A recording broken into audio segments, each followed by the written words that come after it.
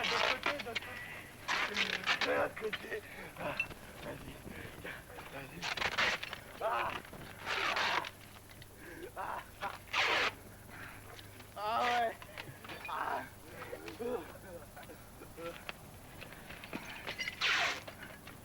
Ah.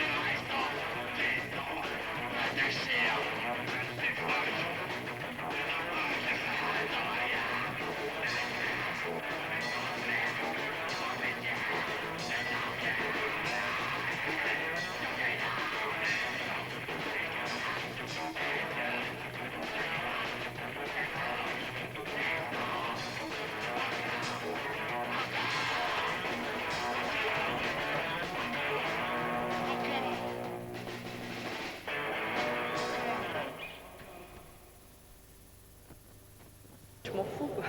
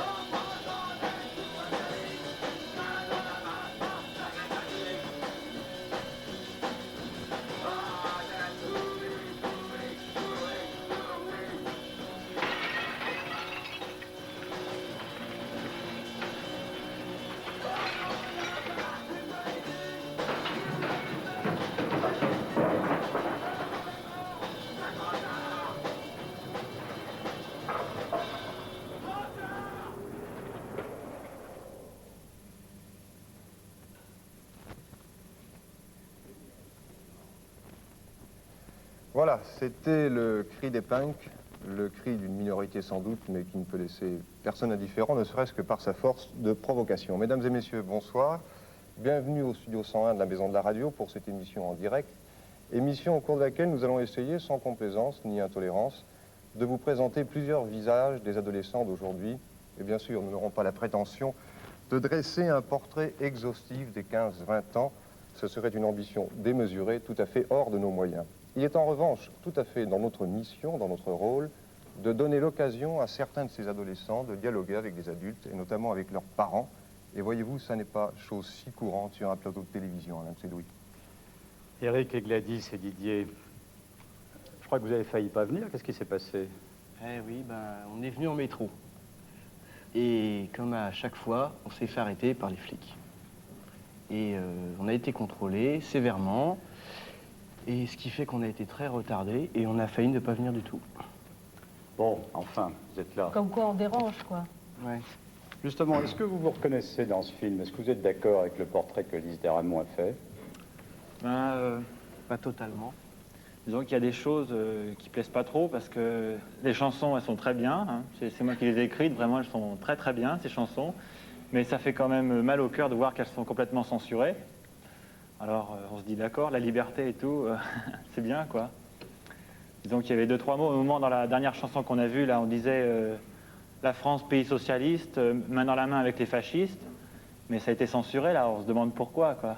Je veux dire, toute l'émission, on voit très bien qu'elle a été faite pour montrer une image rassurante des punks. Voilà, On va pouvoir en parler ce soir. Si, c'est assez rassurant quand même. Monsieur Bourdet, Eric, quel effet ça vous a fait de le voir dans ce film? Oh bien, je pense qu'il y a effectivement un petit peu de complaisance, si vous voulez. Il se complaît un petit peu dans ce rôle qu'il s'est donné. Enfin, moi, je vois les choses, si vous voulez, un petit peu comme une espèce d'immense pièce de théâtre à l'état brut qu'ils ont voulu jouer et qui nous montre finalement le monde tel qu'ils le voient par leurs yeux. Et ça me paraît extrêmement important. Je veux dire, le monde qu'ils voient, eux, c'est peut-être pas forcément le monde que la majorité des gens voient. Et c'est ça qui me paraît important, je veux dire, pour les générations à venir. Je veux dire que s'il n'y a pas de changement, si les choses restent en l'état, eh bien, les autres générations, celles qui vont venir encore après eux, seront encore plus révoltées. Madame Le Bihan, je vais employer un grand mot. Est-ce que vous sentez un petit sentiment de responsabilité lorsque vous voyez votre fille telle que nous l'avons découverte ce soir? Franchement? Je ne saurais vous dire exactement. Je ne crois pas que... Non, je ne crois pas que je suis responsable tout à fait de ce qu'elle est aujourd'hui. Enfin, bien sûr, il y a l'éducation que j'ai pu l'inculquer, mais dans cette période d'adolescence, eh bien, elle a cherché des formes, elle a une forme d'expression qui lui est propre et qui est vraiment très différente de moi. Enfin, je ne me reconnais pas tellement, moi, adolescente à son âge, différente. Ah, j'ai bien dit que c'était un mot lourd de sens et j'ai tout de même employé ce mot, je le revendique. Non, parce que vous estimez finalement que c'est assez péjoratif par rapport à ce qu'est... je ne me souviens plus son prénom, pardonne-moi. Gladys. Non, mais ce qu'on cherche à comprendre ce soir, hein, c'est pour ça qu'on vous a réunis, c'est... Moi, ce que je voudrais comprendre, c'est qu'est-ce qui se passe entre ces enfants et ses parents. Ah bon? Parce qu'il y a des choses complètement contradictoires. Par exemple, je crois que c'est Gladys qui a dit parents euthanasie, ou Eric a dit j'ai rayé mes parents, parents tyrans. Mais moi, c'est pas du tout comme ça que je reçois le film. Moi, j'ai l'impression que vous êtes des gens qui vous aimez. Oui, c'est ça. C'est pour ça que je dis. C'est ça qui est tout à fait... enfin, ce que je trouve le plus fort, c'est qu'au fond, vous aimez ou pas? J'ai mis quoi? Vos parents. Entre vous? Bah, de toute façon, c'est pas à ce plan-là que ça se situe. Hein. Bah, pourquoi vous dites parents tyrans? Parce qu'il y a des rapports entre les parents et les tyrans, les parents et les enfants, c'est des rapports de tyrans, c'est des rapports de supériorité. De quelle manière? Ah, il y a des par obligations. rapport, Enfin, il ne faut pas dire ça comme ça, il faut essayer d'expliquer. Ah bah, de temps en temps, il y a des choses qui sont interdites. Par exemple, sortir le soir à certaines heures, ça c'est interdit. Enfin, Ah ben, nous, arriver ça- à un certain âge, c'est grave. Vous arrivez à leur interdire de sortir le soir? Non, bah plus maintenant. Parce que maintenant c'est terminé tout ça. Mais il a fallu prendre une bonne décision, quoi. On a mis ça au point. Ça a été J'ai dur. pas l'impression que vous ayez tellement mis ça au point avec votre père. Il a l'air d'être tout à fait d'accord. Bon, Il ne l'a pas toujours été. Est-ce que c'est vous qui l'avez fait changer? Ah bah oui, bah c'est une sûr que chose c'est moi qui- qui l'ai changé, oui. Il y a pendant pendant tout le film, je regardais M. Meschino, qui est professeur de philosophie dans un grand lycée à Saint-Germain, et vous n'aviez pas l'air d'être tellement d'accord. Vous aviez l'air, au fond, de trouver qu'on regardait tout ça un peu avec complaisance. Est-ce que je me trompe? Non, je pense qu'on est en train de donner dans l'inflation verbale et idéologique caractéristique de ce genre de débat. Ces jeunes gens se prennent pour des révoltés, et c'est vrai qu'ils cassent des postes de télé, mais c'est encore plus vrai qu'ils sont là ce soir avec nous, et que par conséquent nous sommes les uns et les autres exactement dans le même système, simplement nous occupons des places différentes. Il me semble qu'il y a chez eux une illusion idéologique, quand tout à l'heure, je ne sais pas si j'ai bien compris, ils disent qu'il y a 53 millions de, ou de niais, ou de... peu importe. Mais les 53 millions, vous en êtes, nous en Mais sommes. On revendique, hein. Et- On revendique tout à fait le fait qu'on soit dedans et faut pas croire qu'on se prend pour des révoltés. Hein. On se prend pas du Bon, tout alors pour des là, révoltés. là, on hein. est d'accord. Si vous ne vous prenez pas pour des révoltés, je vous suis absolument. Et puis alors, on commençait à culpabiliser les parents. Est-ce que vous vous sentez responsable? Je vois pas très bien ce que ça signifie. Et alors, oui, je parlais un instant d'inflation verbale ou idéologique. Quand j'entends par exemple le mot tyran, ça me rappelle le slogan de mai 68, c'est RSSS. Je crois qu'il faut n'avoir jamais connu le nazisme pour assimiler des CRS, qui sont ce qu'ils sont, à des SS. Il ne faut jamais avoir Mais nous, on n'a vécu pas parlé dans de une CRS tyrannie ni de ou SS. simplement l'avoir vu en tant que journaliste pour assimiler des parents qui n'ont pas l'air apparemment d'être des monstres à des tyrans. Et alors ça me paraît justement extrêmement traditionnaliste. Oui, mais Cette inflation Je vais verbale. me permettre de vous T'as interrompre. pas vécu tout ce qu'on a vécu avant, hein. Maintenant c'est arrangé, mais pour certains d'entre nous, ça n'a pas été très facile et crois-moi que c'était vraiment des rapports de tyrans. Eric, si vous le voulez bien, nous aurons l'occasion de nous retrouver plus tard et de reprendre ce dialogue. Je voudrais poser une question à Madame Desmazières et lui demander d'avoir la gentillesse de répondre très très vite, car nous allons découvrir un autre élément filmé, un autre reportage de quelqu'un qui ne ressemble pas du tout à ceux que nous venons de découvrir et qui est tout simplement son fils. Alors qu'est-ce que vous pensez, vous, des punks?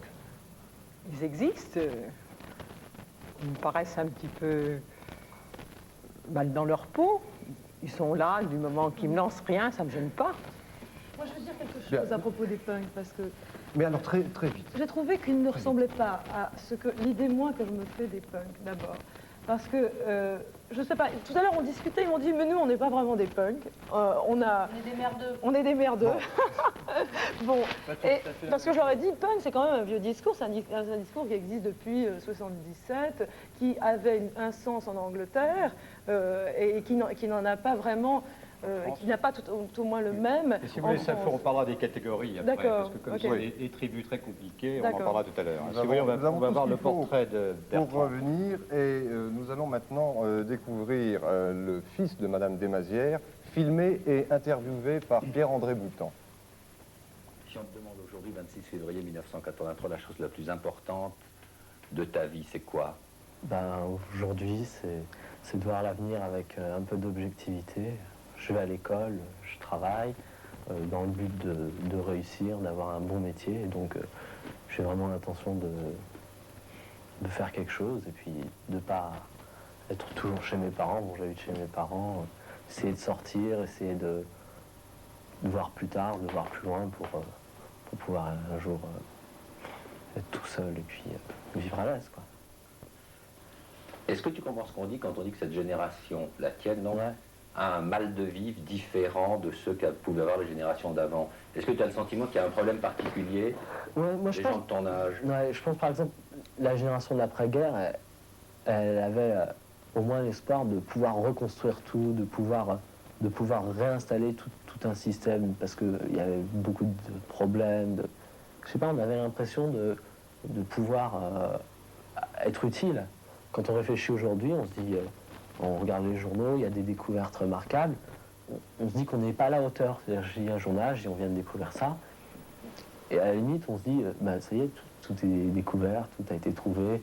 À chaque fois qu'on lit, je sais pas, même au point de vue littéraire, on a l'impression que tout ce qui est bien, tout ce qui a été le summum, c'est déjà passé, que finalement, on arrive sur un terrain déjà damé où on aura du mal à trouver notre place, quoi.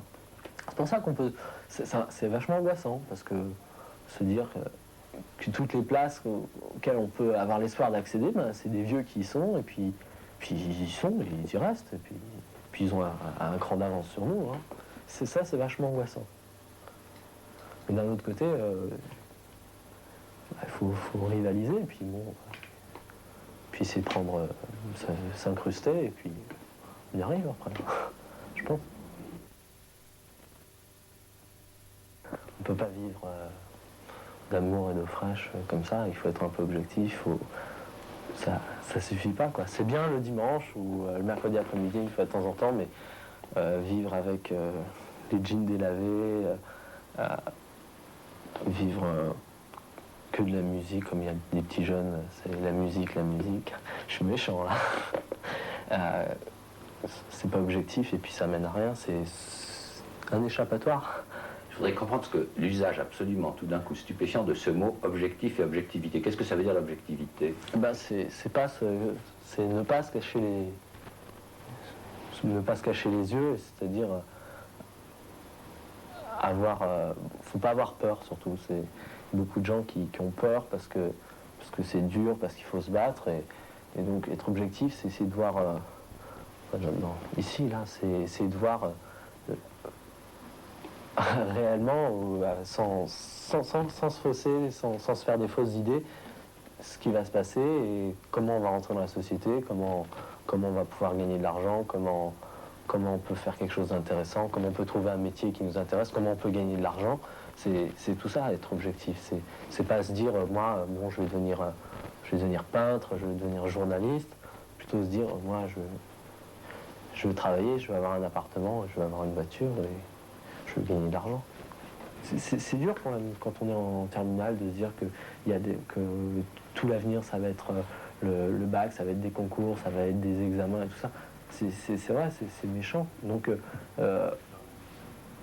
à partir du moment où on dit ouais, je veux réussir, c'est qu'on a à faire l'attention d'affronter tout ça, de se battre, parce qu'on va se retrouver avec des gens qui seront comme nous, qui veulent se battre. Donc, c'est ça, quoi. Et dire que c'est de la sagesse, je pense pas que ce soit de la sagesse. Parce que bon, la sagesse, c'est peut-être aussi c'est de se taire, c'est de prendre son papier, ses crayons, c'est de rien dire. Moi, je pense que je parle. Quand j'ai envie de dire quelque chose, je le dis. Il y a des gens à qui ça plaît pas, mais je suis pas un monstre de sagesse. Bon, je suis dans un lycée, mon lycée parisien, où il y a une petite sélection à l'entrée, qui correspond au lycée un peu des bons quartiers, ou peut-être pas, mais des bonnes familles en général. Donc il n'y a pas tellement de punk, de violent, mais il y a plutôt le style bab, c'est-à-dire ceux qui sont un peu en dehors de la société, les cheveux un peu longs, qui se posent pas trop de questions, quoi, qui vivent au jour le jour, il y en a. Si à 15 ans ou à 17 ans, on se dit, ouais, la société, elle est pourrie et ça sert à rien, bon, bah, c'est voué à l'échec parce que c'est pas productif. Et puis, une société, elle doit tourner, elle doit vivre, donc il faut produire quelque chose. On va être notre génération, on va être un jour les gens actifs. Donc, c'est la société, ça va bientôt être entre nos mains. Je veux dire, la classe 15-18 d'aujourd'hui, dans 10 ans, ça sera 25-28, et dans 20 ans, ça sera 35-38. Donc c'est des gens qui vont contrôler la société. On va se retrouver avec beaucoup de pouvoir entre nos mains. Si on est parti d'un point de vue négatif, en sens qu'on est passif face à la société, bah, c'est évident qu'on va rien construire. Par exemple, ne passe jamais dans ta tête l'idée, après tout, je vais peut-être être un raté. Mais si, ouais, mais ça passe dans la tête, les gens. Bon, ça passe vite quand on essaie de le faire passer très vite. Puis, bon, on espère.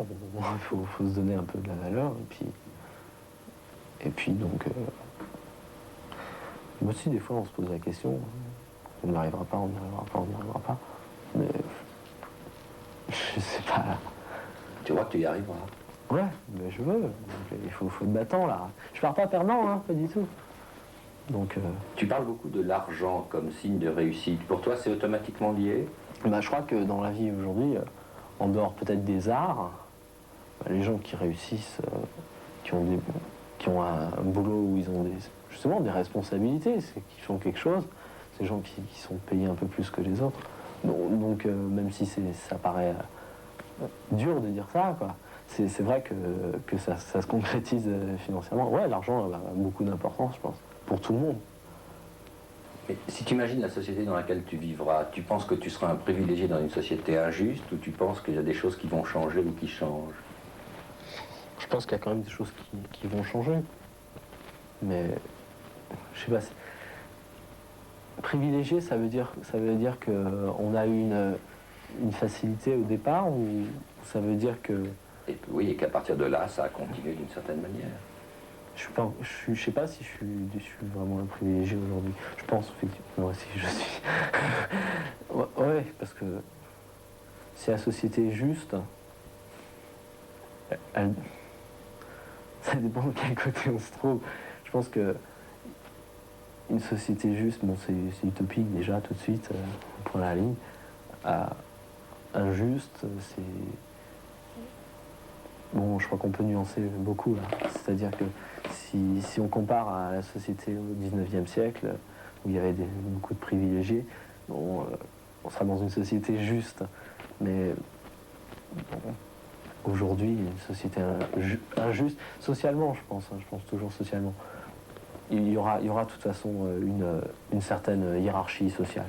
Et dire que c'est de l'injustice qu'il y ait des gens qui gagnent moins d'argent que les autres, je pense pas que ce soit très bon, parce que finalement, il faut une certaine émulation. Et donc, le fait de savoir que le balayeur va gagner autant que le médecin, c'est pas un atout pour la médecine, parce que ça la fera pas progresser. Donc, vouloir une société juste, ça aboutira à rien. Dire que la société est injuste, au jour d'aujourd'hui, beaucoup de monde a sa chance, vraiment, même presque tout le monde a sa chance. En en voulant un peu, je pense que vraiment, tout le monde peut espérer avoir une place très honnête et avoir l'impression de faire quelque chose. Il en reste à travailler un peu. Bon, il y a 2 millions de chômeurs en France et ils existent, c'est qu'il manque 2 millions d'emplois, c'est vrai. Mais je crois que si on fait rien, il y en aura 4 millions, puis c'est tout. Hein.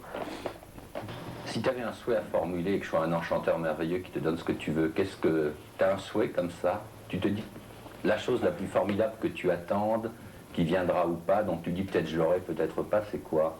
Le rêve fou, ou le rêve fou ou pas fou? Le fou et le pas fou? Oh, le fou, moi je crois que bon, dans le délire un peu, bon, je crois que beaucoup d'argent, ça plaît à tout le monde. Avoir un jour gagné au loto ou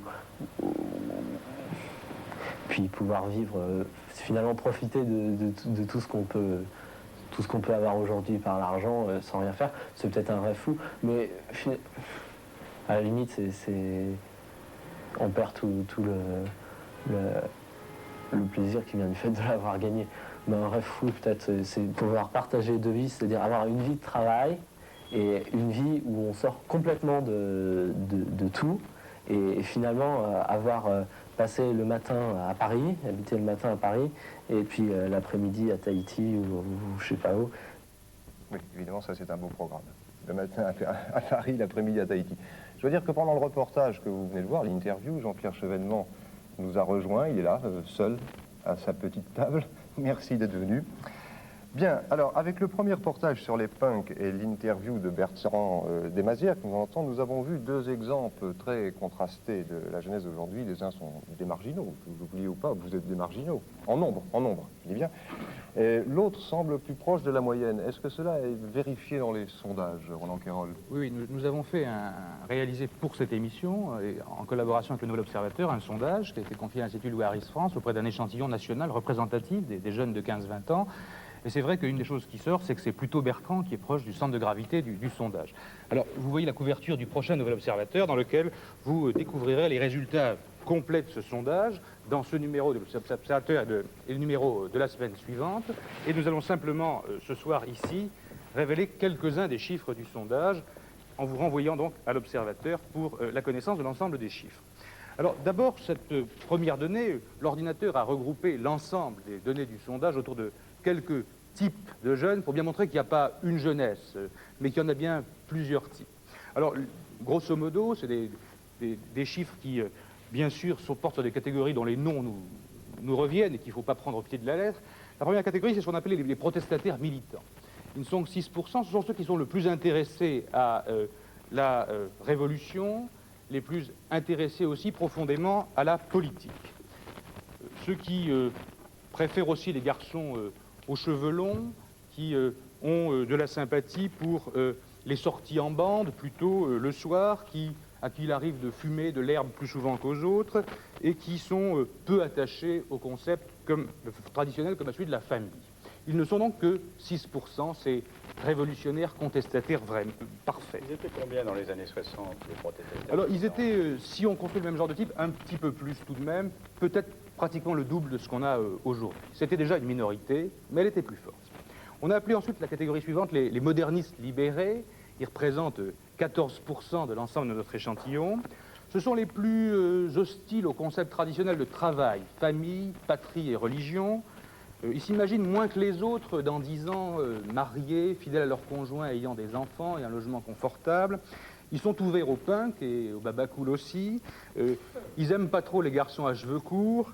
Et ils font assez souvent, plus que la moyenne, l'amour.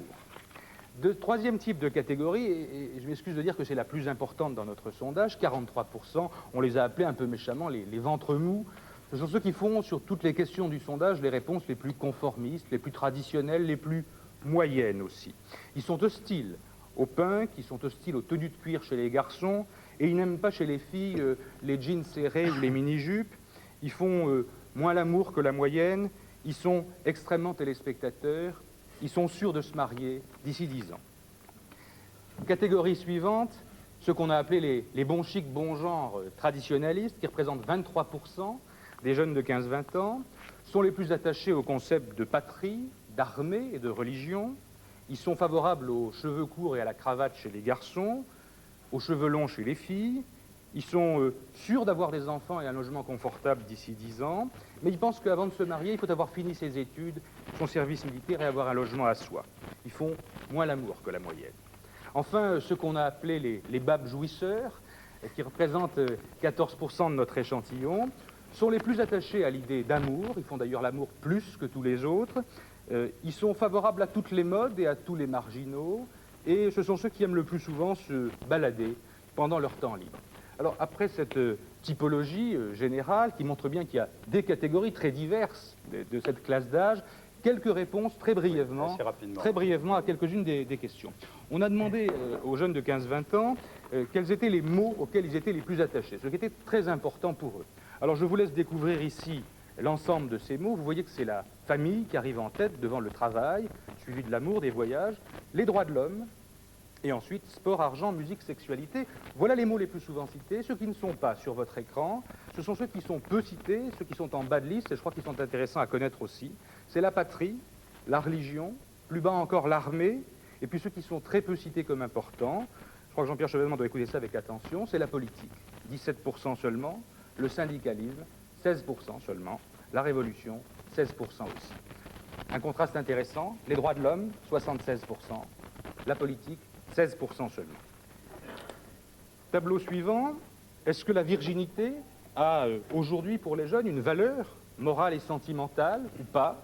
Eh bien oui, la virginité a pour 45% une valeur, 48% disant non, pratiquement moitié-moitié, un peu plus d'importance chez les filles que chez les garçons, 50% disent oui chez les filles, 41% chez les garçons.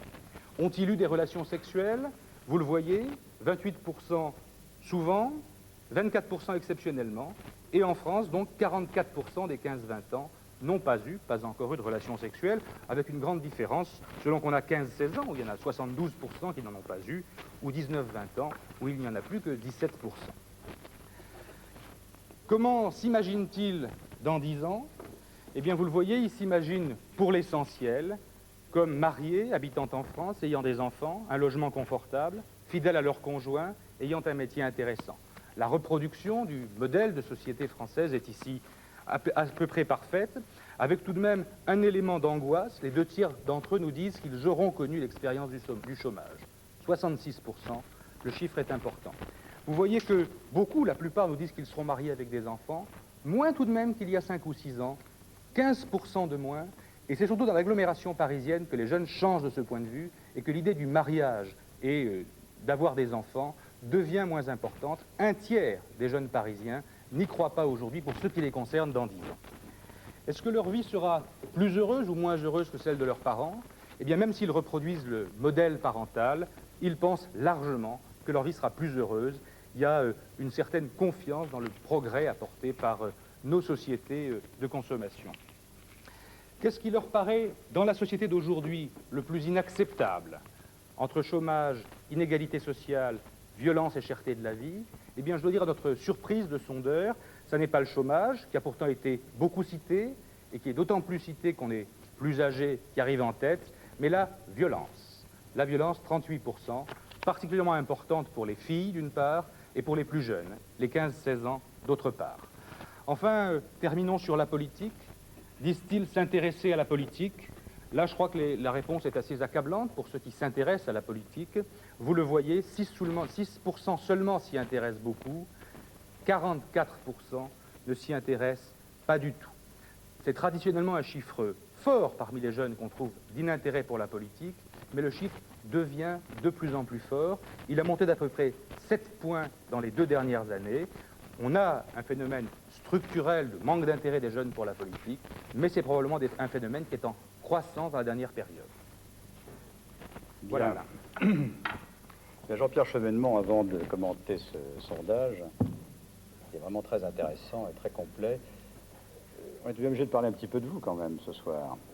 Hein, vous avez connu une ascension fulgurante, et votre départ est l'événement du remaniement. Alors comment vous vous sentez ce soir dans votre peau? Moi, je me sens très jeune. Mais vous vous sentez peut-être un peu libre aussi, parce que j'avais lu quelque part cette phrase assez forte quand même chez un ministre. Un ministre ferme sa gueule quand il n'est pas d'accord, il démissionne. Alors vous avez démissionné, maintenant vous êtes libre de parler. Je me dis ça autrement. Oui, enfin, bon, c'est peut-être pas tout à fait comme ça, mais enfin, en gros, c'était ça. Bien évidemment, j'ai davantage de liberté d'expression. Alors, vous allez pouvoir l'exercer ce soir, parce que quand même, en particulier en ce qui concerne la politique, c'est assez accablant. Oui, mais alors moi, je considère que s'intéresser à la politique, c'est déjà faire preuve d'anticonformisme. Il faut être très anticonformiste pour faire de la politique, parce que c'est pas évident qu'on va faire de la politique, parce que très franchement, pour un jeune, s'identifier à l'univers politique, pour moi, c'était déjà quasiment impossible. Alors j'imagine que le temps passant, ça doit être encore assez difficile. Et pourtant, je pense qu'il y a des déclics qui fonctionnent et qui peuvent amener un jeune à comprendre que finalement, s'il ne s'intéresse pas à la politique va finir par s'intéresser à lui. Et que par conséquent, quand il parle de son angoisse devant le chômage, ça a quand même des résonances politiques, ça. Il peut se poser la question de savoir pourquoi, dans cette société, il y a plus d'1 million de jeunes qui s'entassent comme ça, dans le chômage, sans pouvoir pénétrer dans la société. Alors il peut se poser la question. René Henny, vous êtes écrivain, vous êtes aussi un voisin de monsieur le maire. Voisin de nous sommes monsieur le maire, Sungoviens. oui. Il est Oui, Sungovien, exactement. Belfortin. Ah, nous sommes Sungoviens. Historiquement, Belfort est Sungovien. Très bien. C'est Alors, des qu'est-ce que- Belges. Vous êtes d'où? Moi, du sud de Mulhouse, près d'Alkir, entre à Mulhouse et Alkir. Très bien. Et je Bonjour suis- voisin. Voilà, oui, nous sommes la même entité historique. Ça a été difficile à Belfort quand même pour Jean-Pierre Chevènement. Non, mais c'est une bonne ville, il y a beaucoup d'Alsaciens, alors ça a marché. Bon. Beaucoup d'ouvriers alsaciens. Qu'est-ce que ça vous inspire, ce qu'il vient de dire là? Monsieur le ministre? Oui. Non, moi, je ne suis pas du tout inspiré par les sondages, ça c'est un langage, alors là, vraiment. Il faudrait que les autres en parlent, parce qu'ils avaient l'air pareillement dégoûtés. Je ne parle pas du sondage, je parle de ce que Jean-Pierre Chevènement a dit à propos du sondage, et en particulier à propos Ah oui, alors des ce qu'il a intérêts pu pour la- dire du sondage, je n'ai pas beaucoup écouté. J'étais très intéressé qu'il dit que oui, la politique va s'intéresser à nous, évidemment, que la politique s'intéresse à nous. Et que les mots, ces réponses au sondage, mais je dois revenir au sondage, c'est toujours des mensonges. On raconte n'importe quoi à un sondeur. N'importe quoi. Le môme, là, tout à l'heure, il n'a fait qu'un mensonge qui a duré l'espace d'un film. On répond à une image sainte, quoi. Juste une minute, Kérol, là. Vous ne devez pas m'attaquer, allez-y. là. Non, je crois que c'est pas attaqué. Je crois que les gens qui ne savent pas comment marchent les sondages, dont les résultats de sondages paraissent un peu dérangeants, préfèrent Mais dire ça c'est ne me dérange l'instrument. pas. C'est Ça ne me dérange pas. l'instrument qui est bizarre. Alors je crois qu'il y a un vieux débat. Je crois que c'est pas le moment de l'avoir ici avec René Henny, qui sait par ailleurs bien que les sondages traduisent quand même une réalité, quelque Ce qui part. me gêne, c'est pas tellement le fait du sondage, c'est les classifications qu'on a données. J'ai l'impression que beaucoup de gens ne doivent pas s'y reconnaître. C'est-à-dire que, par exemple, je ne sais pas, il y a eu les 2 premiers trucs, je ne me souviens pas ce que vous avez dit, mais est-ce que vous pouvez nous rappeler le nom des jeunes? On va demander justement à... C'est extrêmement... je trouve que c'est un petit peu simple, quoi. Attendez, Oui, ça vas-y, faut, dis parce que- quelque chose. On va demander en face s'ils se reconnaissent. Et où est-ce que vous êtes, vous Oui, et êtes puis je dans- crois qu'on ne peut pas laisser passer tout de même ce que René Henny a dit de Bertrand, puisqu'il a dit qu'il avait menti pendant 8 minutes de film. Bertrand, Mais qui enfin, se écoutez, trouve- c'est un phénomène Ah culturel non, mais connu. allez-y, Nous sommes des Bavariens, parlez-en. tous. Chacun joue un rôle et raconte un petit peu. Surtout à cet âge, il est beaucoup plus... Écoutez, tout ce discours, Laissez tout répondre ce que Bertrand. tu as dit, par exemple, si on t'écoute, c'est l'aplatissement spirituel total. Un petit consommateur type avec des rêves bêtes et plats, etc. Moi, j'ai bavardé avec lui tout à l'heure dehors. C'est un garçon plein d'esprit. Il a beaucoup d'esprit. Or, il n'a rien dit de tout cela à la télé. À vous, Bertrand. Non, moi je crois qu'un petit film concentre une certaine image. Bon, peut-être que c'est pas tout à fait la réalité, mais... Tu es un fainéant, tu as répondu avec paresse. Non. J'ai répondu avec mon esprit, avec mes idées, et bon... Et mon âme. À partir du moment où ça plaît pas à certaines personnes, on dit que... Mais non, mais c'est un Si, fond de c'est ça. conversation, tu te rends bien À compte. partir du moment où on dit que ça plaît pas, ou c'est une image qui sonne trop vraie ou trop idéaliste. Ce qui est vrai, ou trop... c'est que Tu peux me laisser parler, s'il te plaît? Vas-y, parle, vas-y, je te prendrai la parole après. À partir du moment où il y a une image qui sonne un peu trop brillante, ou ça plaît pas, ou c'est pas assez contestateur, on dit oui, c'est un petit mouton, il a été bien brossé, on l'a préparé, puis on l'a mis devant la télévision. Je pense pas du tout, moi.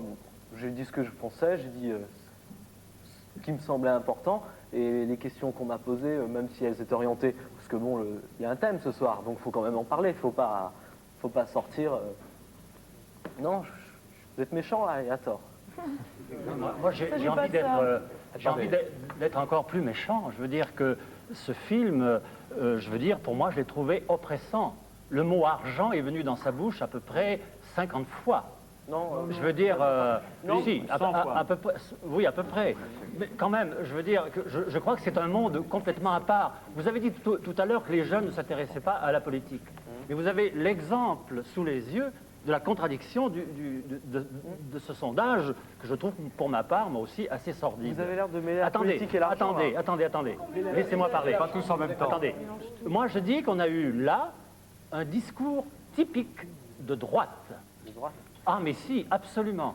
C'est le discours typique de la droite. Attendez. Je veux dire, si, il est complètement... Georges Delalande ici qui a pas non, parlé. mais attendez, je dis exactement ce que je ressens, et j'ai été oppressé par le fait que le mot argent soit venu si souvent, la réussite personnelle mise en avant, le fait que cette génération élitaire doit prendre le pouvoir après le pouvoir actuel, c'est absolument évident que c'est le discours qu'il a tenu. René Bourdet, on va revenir sur tout ça. Mais je voudrais que Olivier Delalande, qui est ici ce soir avec nous et qui appartient à l'école de parents, d'ailleurs ça, l'école des parents, c'est curieux, ça voudrait dire que les parents ont besoin d'être formés.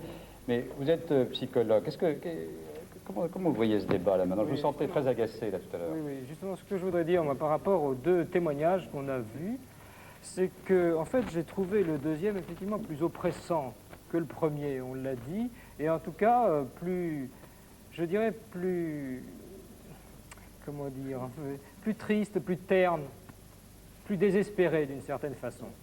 Et ce que je veux dire, attendez, je voudrais terminer là-dessus, ce que je veux dire, c'est que dans un cas comme dans l'autre, il me semble que ce qui est en question, c'est bien quels sont les moyens qu'on va mettre en œuvre pour faire face à l'inquiétude, à l'angoisse que l'on vit.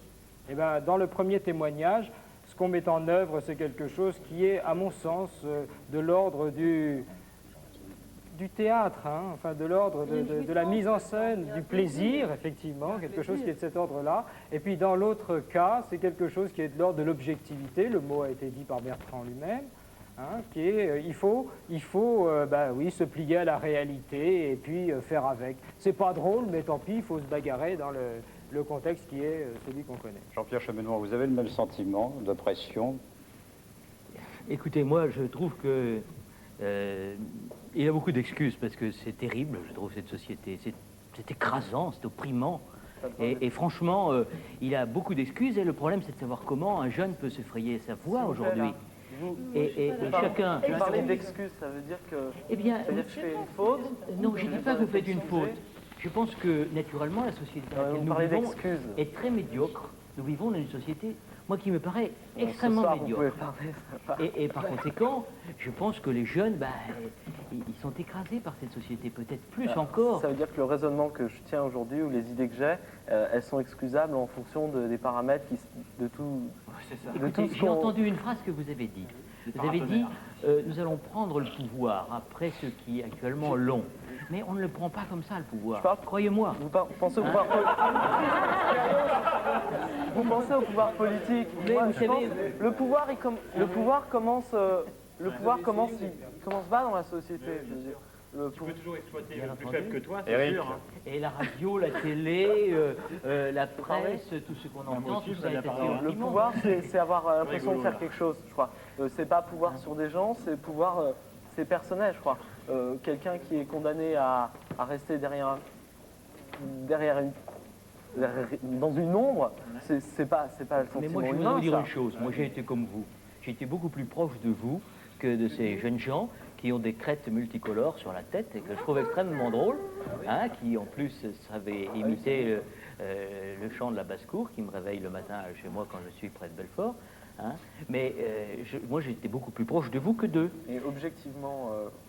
Et objectivement, je pense que c'est très dur de se frayer un chemin. Bon, je vais être obligé de vous interrompre tous les deux en vous rappelant que nous avons encore quelques bonnes minutes à passer ensemble, encore une heure. Et pour vous lancer un autre élément de réflexion, il y a le langage des sociologues, celui des sondeurs, Roland Quérol, et il y a aussi celui des cinéastes. Nous allons découvrir là deux regards très opposés, celui de Pinotto et de Piala, dans un montage de Jacques Mény, film sur les adolescents.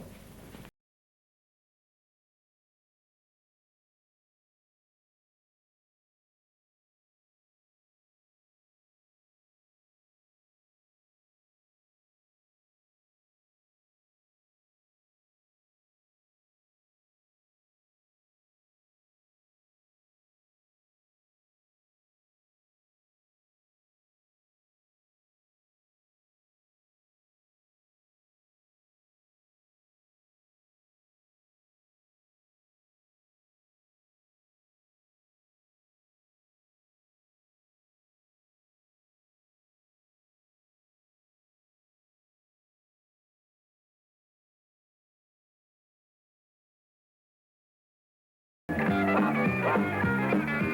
une masse de trucs à te raconter. Vas-y. Ça y est. Ça se voit? Tu loges mieux personne d'autre? Personne d'autre.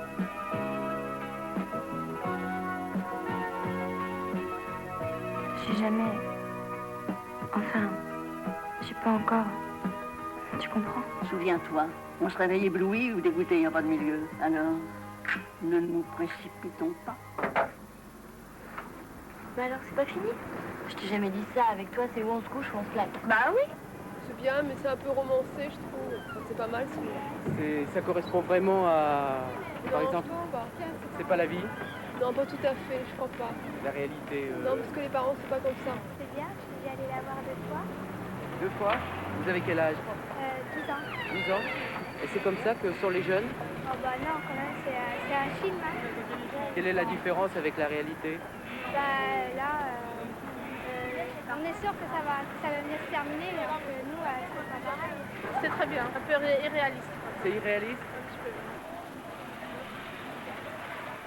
Maurice Piala, l'auteur de Nous ne vieillirons pas ensemble et de Loulou, est l'un des rares cinéastes français qui sache filmer l'enfance et l'adolescence sans préjugés, sans référence au passé, en dehors de l'actualité et de la mode. Après L'enfance nue, La maison des bois et Passe ton bac d'abord, Piala tourne un nouveau film, Suzanne, dont l'héroïne a 15 ans et demi. Tel quel, vous arrivez, sonnez,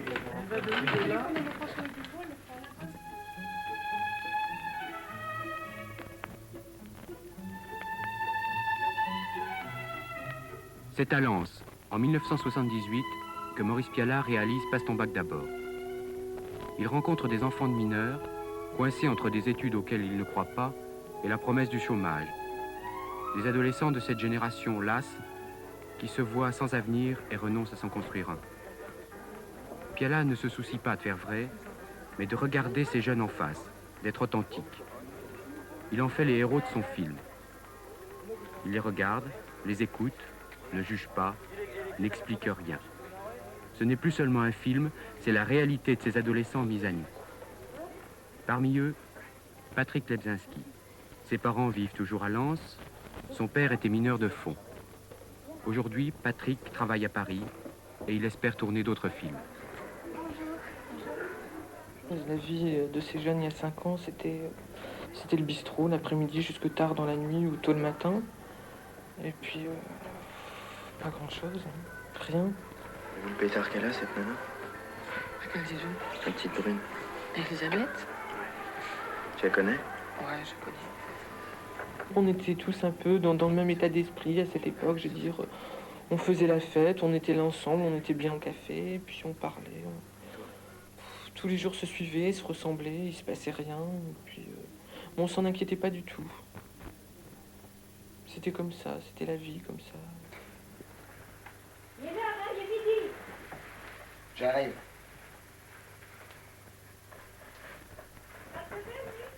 J'arrive, ça y est. Je sais pas qu'est-ce que tu vas faire dans la vie, toi, hein? Je ne sais pas. Hein? Qu'est-ce que tu penses faire dans la vie? Toujours dormir comme ça, traîner, la nuit, jusqu'à des 2h, 3h du matin. Eh ben, pas plus mal. Écoute, de notre génération, on n'aurait jamais fait ça. Jamais. On évolue.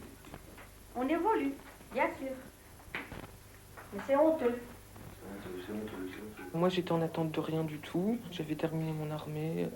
Je savais pas quel métier je voulais faire. J'y pensais pas. Il n'y avait pas de travail. Bon, bah, j'étais encore chez mes parents, ils me logeaient, mais ils s'occupaient de moi. Donc, je sais pas. J'étais là, j'attendais, je sais pas quoi. Bonjour, grand. Bonjour. Je vais travailler un peu. Du boulot comme ça. Il faut qu'on retrouve. Ouais, bah, je trouverai bien. De toute façon, j'ai encore le chômage jusqu'à octobre. Ça va pas durer, ça. Ah non, je te dis, jusqu'à octobre, j'ai le chômage. Après, j'ai le temps de voir quand même. De toute façon, qu'est-ce que je vais faire ici? Oui, après, tu fais ce que tu veux. Comme Annick. Mariée à 19 ans, puis 2 enfants. Voilà. Au matin, partir travailler, revenir manger. Puis au soir, dormir. Quelquefois, le samedi, bon, le cinéma. Quand la petite sœur, elle vient garder les gosses. Ben oui, c'est la vie, hein. Ah ouais, c'est la vie.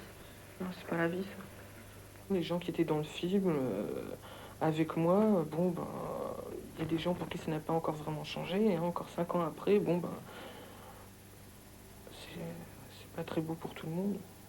C'est toujours les mêmes têtes qu'on voit ici. Moi, je les trouve plutôt moches. Elles se nourrissent mal. Elles bouffent que des frites. Bah écoute, Patrick, si t'es pas content, tu vas voir autre part et tu verras si elles sont mieux, les filles. De toute façon, c'est ce que je peux faire, tu sais. Pour ma sœur, c'est exactement la même situation que moi quand j'avais son âge. Elle doit être aussi pareille, mais non, ça fait 2 ans et demi qu'elle est au chômage. Bon, elle fait pas grand-chose. Elle sort peut-être un peu moins que moi dans les cafés, mais elle reste à la maison. Mais c'est marrant parce que moi, 5 ans après, elle, bon, c'est vécu sans désespoir. Mais maintenant, c'est moi qui m'inquiète pour elle. Je sais que moi, je me dis que si dans quelques mois, après les vacances, pour ma sœur, ça continue, moi, j'essaierai de faire quelque chose pour elle, de l'amener chez moi, de lui trouver un boulot à Paris ou quelque chose. Ça me fait plus peur pour ma sœur qu'à l'époque, moi, j'y pensais pas du tout.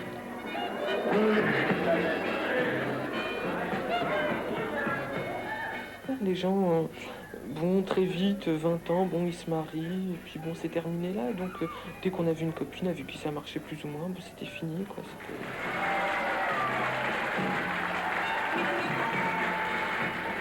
Mais comme les jeunes sont tellement paumés et tout, je crois que c'est un peu quelque part une sécurité, de se marier, d'un seul coup avoir un foyer, et puis, je sais pas, on a l'impression de construire quelque chose, en tout cas. Moi, le jour de mon mariage, j'étais tellement émue, j'ai pleuré toute la journée. Mon mari, lui, il a pleuré toute la nuit. De nos jours, les nuits de noces, ça n'existe plus. Hein. Des mois avant de se marier, on a déjà couché ensemble, puis on n'a plus envie. Oh, mais c'est le contraire, c'est après mon mariage, j'ai eu le plus envie de faire l'amour avec mon mari. Pourtant, ça faisait déjà 3 ans qu'on sortait ensemble. Bon, faire l'amour, ça me fait chier. Ça me fout en l'air de toujours faire la même chose, et puis on a beau essayer de changer, bah, c'est toujours pareil. Ça use, hein. Quand je revois encore, quand je vois le film maintenant, Passe ton bac, c'est comme si Maurice avait été à travers un trou de serrure et qu'il aurait regardé sans changer les choses. Si toi tu t'étais pas conduit comme une petite salope, ça serait pas arrivé non plus, mais il a fallu que tu recommences. Au coup de me joie de ce qui te regarde, t'es toujours en train de remettre les mêmes histoires sur le tapis, on en a marre avec Philippe. Toi aussi, tu le faisais chier. Quoi? Philippe, je le connais mieux que toi, si ça se trouve. Ouais, t'aurais peut-être voulu te l'envoyer aussi pendant que tu y étais. Quoi? C'est une casse! Mais arrête au cinéma! C'est casse! J'en ai marre de toi, je comprends pas cette histoire! Arrête ton gars, 30 secondes! J'en ai marre, Je voudrais mourir, me plaît! Arrête! Je veux mourir! Mais arrête! C'était quand même une bonne période et puis je regrette rien. Je veux dire, aujourd'hui, si c'était à recommencer, moi je recommencerais. Et 20 ans, c'était bien. Voilà, très beau film de Maurice Pialat, mais n'oublions pas le succès prodigieux de la Boom 1 et de la Boom 2 qui a fait des millions et des millions d'entrées, et notamment en France et dans toute l'Europe. Vous avez vu la Boom, messieurs, dames? Oh, ben, non. 4 fois, nous, on l'a vu. Ouais. La 5e fois, on s'est lassé, on est parti avant la fin parce qu'on connaissait l'histoire à force. On n'avait pas compris les 3 premières fois, alors. C'était pas un film socialiste, alors, la Boom, alors. Non, non. Pas vraiment. Non, Ouais. non, puisqu'on ne comprenait pas. Le socialisme, on comprend. Mais dites-moi, tout à l'heure, il y a quelque chose qui m'a teinté aux oreilles, là, parce qu'on est directement agressé par ça. Vous avez dit qu'on avait censuré la comparaison socialisme et fascisme. Alors, on va peut-être pas en parler ce soir, puisque nous avons un socialiste avec nous. Oui, mais c'est pas ça qui m'intéresse de parler ce soir. Moi, c'est pas. Ah non, mais dire vous oui, avez été censuré, alors allez-y. Non, non, mais c'est pas ça. Le fait que je sois censuré, Qu'est-ce que ça veut dire le rapprochement socialisme-fascisme? Ça Ça veut dire qu'en France, bon ben, un coup c'est à droite, un coup c'est à gauche. Quoi. La majorité, elle change très facilement. Maintenant que les socialistes sont... 23 ans, hein. Oui, oui, mais enfin, maintenant que les socialistes sont au pouvoir et que... On n'est pas là pour faire un débat politique. Maintenant que les socialistes sont au pouvoir, bon ben, ça y est, la France vote à droite, quoi. C'est facile, hein. C'est très facile de faire ça, quoi. Pas partout, quand même, hein. Oui, pas partout. Mais on a l'exemple de Paris. On a bien redressé, quand même. Ah, ben, Paris, oui. Enfin, entre les socialistes de droite et les mecs de droite, moitié de gauche, enfin, c'est un amalgame assez complexe, quoi. Il faudrait... Oui, Mais Bernard, sont oui. Vous habitez, je sais pas, à Paris ou à côté de Paris, qu'il y a des gens qui sont au gouvernement et puis que ça bouge, puis que vous n'y participez pas et que c'est indépendamment de vous. Vous votez peut-être, vous n'avez pas l'impression d'être... envie de faire quelque chose. Ouais. Ah mais nous on fait quelque chose, fais nous on bouge. Nous. Ouais, exactement. Tu bouges pour toi, mais je veux dire... Non, non, ce que tu fais, on bouge pas pour nous. Tu sais, en ce moment, s'il y a un groupe qui s'appelle Les Merdes qui passe à Paris, c'est pas pour rien, c'est un mouvement, hein, c'est pas seulement de la musique. J'ai pas entendu Ça parler. va, si tu restes entre tes deux Évidemment, bouquins, si tu penses qu'à écraser les autres pour avoir une réussite à la fin, bon, c'est facile. Hein. À ce moment-là, tu vois pas le reste, tu vois pas ce qui se passe ailleurs, mais la vie, c'est pas ça. Hein. Nous, on pense pas à notre truc parce que vous allez dans les boîtes le samedi soir, tu vois. Qu'est-ce que vous mettez dans le mot fascisme? Ben, le fascisme, ça englobe plein de choses. Hein. C'est assez vaste, quoi. Ça va de tout ce que, des fois, des informations, ce qu'on voit à la télé, à des plus petites agressions dans la rue, même sans parler d'une agression physique. Hein. Mais, genre, bon, bah, par exemple, Gladys, elle est enceinte, là, et les jeunes, actuellement, dans le métro, quand elle rentre dans le métro, personne ne lui laisse sa place. Pour Mais qu'elle ça, c'est pas s'assoie. le socialisme, ça. Non, mais c'est le C'est fascisme. le contraire. Oui, mais c'est le contraire. Enfin, c'est le contraire, n'empêche que c'est arrivé à l'époque où le socialisme est arrivé au pouvoir. Et donc, soi-disant majoritaire. Vous savez, il est peut-être au pouvoir, mais il n'est pas dans la réalité encore. Hein. Il n'est pas dans la réalité, il vous faut plus de 2 ans pour être dans la réalité, mais c'est bien grave. Hein. On pourrait avoir peut-être le point de vue. Oh, pardon. Ah ben non, je vous interromps, mais j'ai l'impression que c'est facile de dire que ça met du temps et puis repousser encore, puis repousser Une encore. condition qu'on se batte. Je vais vous raconter une histoire, si vous permettez.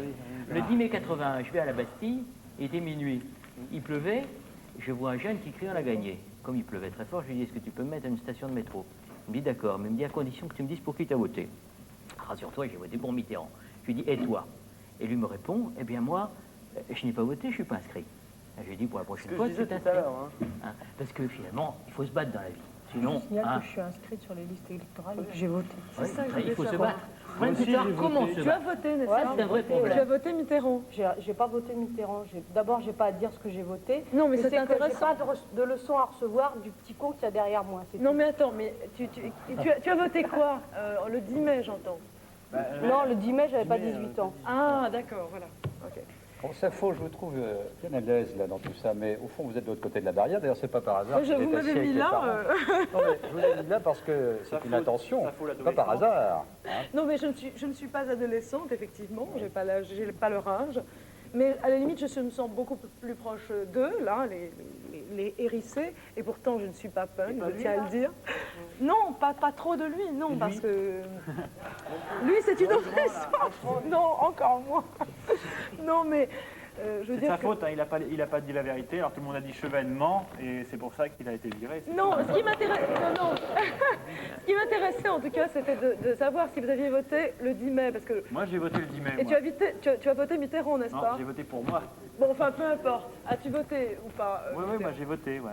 Mais quoi? Mitterrand. Bon, alors, je pense que plein de gens comme eux, c'est ça que je veux dire, ont eu un espoir fou et qu'ils ont voté à ce moment-là. La seule fois où vraiment ils ont voté, si quand même, je veux dire, il y a des gens qui ont cru un peu, je veux dire. Ou ceux qui se sont dit, bon, ben, il va se passer quelque chose de fort. Et il ne s'est rien passé de fort. Il n'y a pas de fantaisie. Je veux dire, il ne s'est rien passé de radicalement de toute façon, fort. il n'y a que le rock. Moi, je regrette qu'il ne soit pas passé quelque chose de plus tangible. Il n'y a que le rock qui soit fort. Encore aujourd'hui, je voterai à gauche. C'est connu le rock fort. Donc j'ai le droit encore plus de le dire. Maurice Masquinot, est-ce que ce discours est-ce que vous pourriez y mettre un peu d'ordre? Est-ce que ça ressemble à ce que vous entendez dans votre lycée? Parce que j'ai relevé dans votre... Attendez, je voudrais dire deux, trois petites choses. J'ai relevé dans votre livre des phrases quand même qui font mal. Hein. Lycée Troquet, lycée antichambre de la NPE. à propos de vos élèves. Le monde s'arrête aux frontières désertiques de leur moi et leur moi est désertique. Ils appellent abstrait tout ce qui les dépasse. Ils attendent, et ça c'est le plus fort, que ça vienne comme autrefois ils attendaient sur le pot. Est-ce que je peux compléter en donnant la conclusion du livre de Maurice Masquinot qui s'appelle « Vos enfants ne m'intéressent plus ». Votre conclusion, c'est « Il ne me reste qu'à m'exercer à devenir idiot. Avec les élèves que j'ai, la réussite est certaine. Je serai enfin un prof heureux ». Bon, très encourageant tout de même. Est-ce qu'il n'y a pas une certaine forme d'idiotie à prendre les mots au mot et au premier degré? Bon, cela dit, Alain de Sédouille me demandait un instant si ça se passait comme ça dans mes classes, mais j'ai pas très bien compris votre question. Ah, parce qu'ils vont au lycée, attention. Hein. Non, pas tout à fait tous. Enfin, vous y avez été quand même longtemps. Bah, j'y ai été, mais enfin, ça fait 6 mois que je suis chômeur quand même. Moi, j'y suis encore. Je veux dire que je ne savais plus très bien, il y a quelques minutes, où j'étais, parce que ça partait dans tous les sens. Est-ce que vous comprenez Et ce en qu'il ce dit, sens-là, Ah, mais oui, bien monsieur, sûr, c'est à l'image de ce qui de se la passe ligne, dans les discussions en classe. Eh, Et au troquet. Ça vous emmerde franchement d'éduquer des élèves, de leur apprendre ce que vous savez? Dans ce cas-là, faut pas être prof. Hein. Ben, écoute, je vous ferai la même réponse que je faisais à l'instant à Philippe Saint-Denis. Moi, je suis tout à fait stupéfait de voir qu'un certain nombre d'adultes, sans parler des jeunes, prennent les mots au mot, comme s'il n'y avait pas eu Marx, comme s'il n'y avait pas eu Freud, et par conséquent, illustrent par leur incompréhension même ce que je raconte dans mon bouquin. Mais Ça me rappelle la réaction. conclusion de votre livre, c'est un peu qu'il faut absolument, choisir ses élèves et les sélectionner entièrement, quoi. C'est-à-dire sélectionner les élèves qui iront dans les lycées, puis le reste, on ne sait pas où ça va. Bon, c'est un peu la conclusion de votre livre. Même si on ne prend pas exactement la lettre, c'est bien ça. Je sais bien qu'il y a des mots tabous qu'on n'a pas le droit maintenant d'utiliser. Non, c'est pas une histoire de mots tabous, c'est une histoire de sélection, et la sélection, c'est du fascisme. Sélectionner des élèves pour les élèves qui iront dans un lycée, hein, dire ceux-là, ils auront droit à passer leurs études, et puis les autres n'auront le droit à rien, c'est du fascisme. Bah dans ce cas-là, le gouvernement, il n'a pas beaucoup de choses à faire avec des Bon, gens. je ne pense pas que c'est ce qu'a voulu dire Masquinot. Il a voulu dire qu'il fallait travailler pour se donner un certain nombre d'outils, pour comprendre le monde dans lequel on vivait. C'est pas facile, parce qu'entre nous tous, là, on ne se comprend pas facilement, hein, c'est clair. Et pourtant, il faut essayer de se comprendre. Bah, il y a une chose qui est claire, c'est celle-là. Mais il me semble que travailler pour comprendre la société où on est, c'est pas si simple, mais c'est déjà beaucoup. Et voir comment on peut la changer, peut-être tous ensemble, en s'y mettant. Après tout, en causant, en discutant, on arrivera peut-être à se mettre d'accord. Et à partir de là, on pourra peut-être essayer de changer les choses. Alors c'est peut-être plus difficile aujourd'hui qu'hier, parce qu'hier, il y avait des grandes causes. Il y a eu la résistance, encore qu'il y a une toute petite minorité, c'était pas 6%, hein, qui fait de la résistance. Nous non plus, on n'est même pas 6%. Mais c'est certain, vous êtes une infime minorité. Et par Vive conséquent... la résistance. Oui, vive la résistance, voilà, mais vive la résistance. Nous sommes la résistance. Qui résiste aujourd'hui à cette société-là? Personne. Très rare. Très rare. Ne dites pas sauf vous. Ah, Il y en a d'autres. Il y en a d'autres. C'est vrai qu'il y en a d'autres, quelques-uns, mais rares quand même. Ils sont rares, c'est vrai, je suis de votre avis. Et s'il y en avait plus, on serait quand même beaucoup mieux. Ah ouais, puis peut-être qu'on aurait une influence. On parle de résister à la société, ça veut dire quoi? Ça veut dire que la société est mauvaise. On parle de résistance. Attends, laisse-le parler. Non, si on parle de résister à une société, c'est bon. La société, c'est nous. Il ne faut pas se leurrer, c'est nous. Mais si on parle de résister, ça veut dire que qu'elle se bat contre nous, mais c'est contradictoire étant donné que c'est nous. Donc finalement, on se met en... Mais non, c'est pas ça. Mais c'est pas vous, la société. C'est qui alors? Il faut faire attention à ce qu'il dit. Il ne faut pas tenir compte de ce qu'il dit. Je suis un des élèves de monsieur le professeur de philo. Bon, je voudrais bien répondre. Vous avez dit. Allez, Maurice Masquinot. Je remercie Jean-Pierre Chevènement d'être intervenu et d'avoir essayé d'expliquer ce que j'ai peut-être mal expliqué, mais je voudrais répondre aussi moi-même. La question que je pose, elle se place sur un plan très pratique. Quand on a dans une même classe des élèves qui savent parler, s'exprimer, pour toutes les raisons sociales à l'arrière-plan qu'on connaît, et d'autres qui ne connaissent même pas le français usuel, et qu'on est en terminale, et qu'on est censé leur enseigner la philosophie, que doit-on faire? Des cours de grammaire, des cours de dictée, On doit lire réformer Spinoza? l'école primaire pour qu'ils apprennent. On doit adapter Bon, c'est parfait de réformer l'école primaire, mais dans l'immédiat, je ne suis pas dans le primaire, je suis en terminale. Mais ce qu'il ne faut pas faire pour arranger ça, c'est pas sélectionner. Alors, que faut-il faire? Eh bien, je le dis, il faut commencer depuis le début à changer, à réformer l'école primaire. Bon. Mais quand je me retrouve, encore une fois, dans une classe, devant des élèves qui ne savent pas parler, qui ne comprennent pas le français le plus simple, alors que d'autres à côté peuvent lire une page de Hegel, je demande simplement, pas nécessairement à vous, mais à mon inspecteur ou à mon ministre, qu'est-ce que je dois faire, à qui je dois parler et quel langage je dois tenir. Tu peux peut-être parler à l'élève, ce serait une bonne idée. Auquel? Mais aux deux.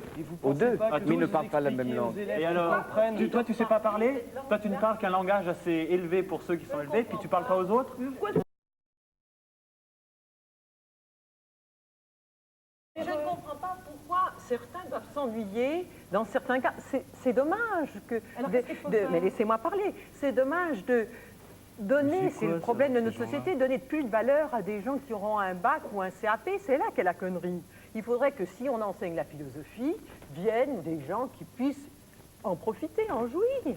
Et maintenant, quelqu'un qui a son bac est plus apprécié qu'un type qui a un CAP ou qui...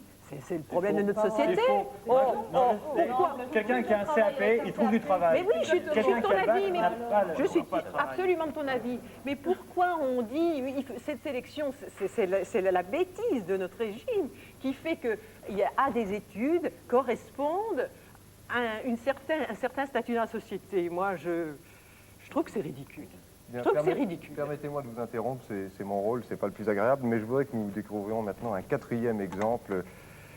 Vous savez que le problème de l'immigration est au cœur de l'actualité actuellement, l'immigration. Denis Guerbrandt a vécu 1 an avec une bande mixte où se côtoient antillais, maghrébins, français, étudiants et jeunes travailleurs. Pierre-André Boutan a choisi les moments les plus significatifs de cette chronique.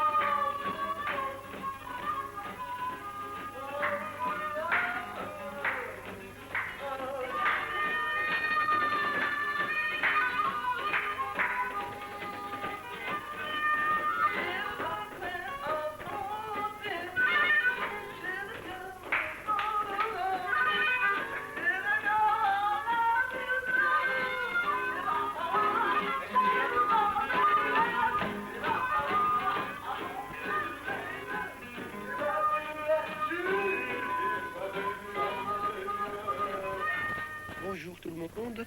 Discussion d'aujourd'hui abordera le thème « Les futurs scolarisés, que deviendront-ils » Moi, j'ai déconné. Bon, ben, après, il y en a d'autres qui sont venus. On a mis un peu l'ambiance, tout ça. Puis, finalement, moi, je passe en BEP. Hein. Ça, faut regarder ça quand même. C'est pas mortel de passer en BEP. Ta famille, elle t'a aidé pour ça? Pas tellement. Moi, je sais que si je me suis défoulé à l'école, c'est parce que chez moi, je parlais pas tellement. Hein. Parce que ça m'est arrivé de faire à peu près 1 mois la gueule à mon père. Ah oui, largement même. C'est-à-dire que tu trouves pas une affection chez tes parents, alors tu la cherches avec tes copains en te défoulant en classe C'est certain. Hein. Moi, je sais que mon frère, il travaille très bien à l'école. Il a Buffon, il 2e, 3e, il a eu A, tout ça. Bah, mes parents, je sais pas, moi, ils s'intéressent beaucoup plus à lui qu'à moi. Ouais, d'accord. Alors, c'est le contraire qui doit se produire. Oui, certainement. Celui qui a... C'est normal, hein. Moi je serai un simple ouvrier, et puis les mecs qui auront le bac F1, ben, ce sont des techniciens, c'est eux qui me dirigeront. Hein. Alors ouais, Edmond et moi, nous sortions du bahut, et puis alors Edmond, toujours intelligent, il me fait « Ah va, on va piquer un pot de fleurs pour mettre chez nous et tout décorer. » Alors moi, bonne poire, je lui fais « Ok, tu vois. » Moi j'étais bien d'accord avec lui. Alors il commence à piquer le pot de fleurs, puis il y avait un taximan qui nous a regardé, tu vois, il nous a vus. Alors quand il nous a vus, il s'est tiré, tu vois, lui. Et nous aussi, de notre côté, on s'est tiré. Il a fait le tour, cet enfoiré. Alors il nous a bloqués. Il nous a fait, ouais, ramenez le pot de fleurs et tout. Je vous ramène en voiture, ramenez-le et tout. Alors il commence à s'accrocher avec Edmond. Alors Edmond qui voulait le frapper. Et alors le taximan et tout, cool, tu vois. Enfin, il commence à meuter la population. Il y avait plein de gens autour de nous, tu vois. Alors dès qu'il a commencé à avoir du peuple, nous on a voulu se tirer parce qu'on s'est dit ça va commencer à chauffer, tu vois. On s'est tiré d'ailleurs. Ouais, on s'est tiré. On s'est tiré dans une petite rue, tu vois. Là, on est dans la rue Le Courbe. Et après, on s'est tiré dans une petite rue, déjà, tu vois, on était moins voyants. Et là, il a commencé à gueuler, mais sérieux, tu vois. Plein de gens autour et tout, tu sais, qui commencent à nous regarder. Et puis, tu sais, deux jeunes voyous et tout, ça fait honte quand même, hein, faut le dire. Ça fait la zone. Pot de fleurs et tout. Enfin, bref, il commence à meuter les gens. Bon, on se bouscule un peu. Je commence à partir, je fais viens, va, on se tire. Juste à un moment, il appelle le policier, tu vois. Alors moi, je me retourne, tu vois. Et là, j'ai vu Vava lui mettre un super coup de bombe dans les couilles. Ma parole, l'autre, il a pas bougé. Il a pas bougé d'un poil, tu vois. Et alors après, comment ça s'est passé? Après, j'ai continué à courir. Moi, je me suis tiré. Tu vois. Je suis tiré, puis il m'a laissé mon gars, Alors attends, mais je lui ai mis un coup de pompe, il m'a pas lâché, il m'a déchiré mon truc ici. Après, je lui ai mis un coup de poing pour qu'il m'a pas lâché, tu vois. Alors il a vu passer le brigadier, il a fait Monsieur le brigadier, monsieur le brigadier. Alors le brigadier est arrivé, ils ont appelé la police. Alors là, c'était la honte pour moi dans le café avec mes corbeilles et tout, mon pull. Et puis, bon, la police est arrivée. Alors là, c'était le flip, tu vois. Ils m'ont fait monter dans le car. Et puis, bon, ils ont été rapporter le pot de fleurs.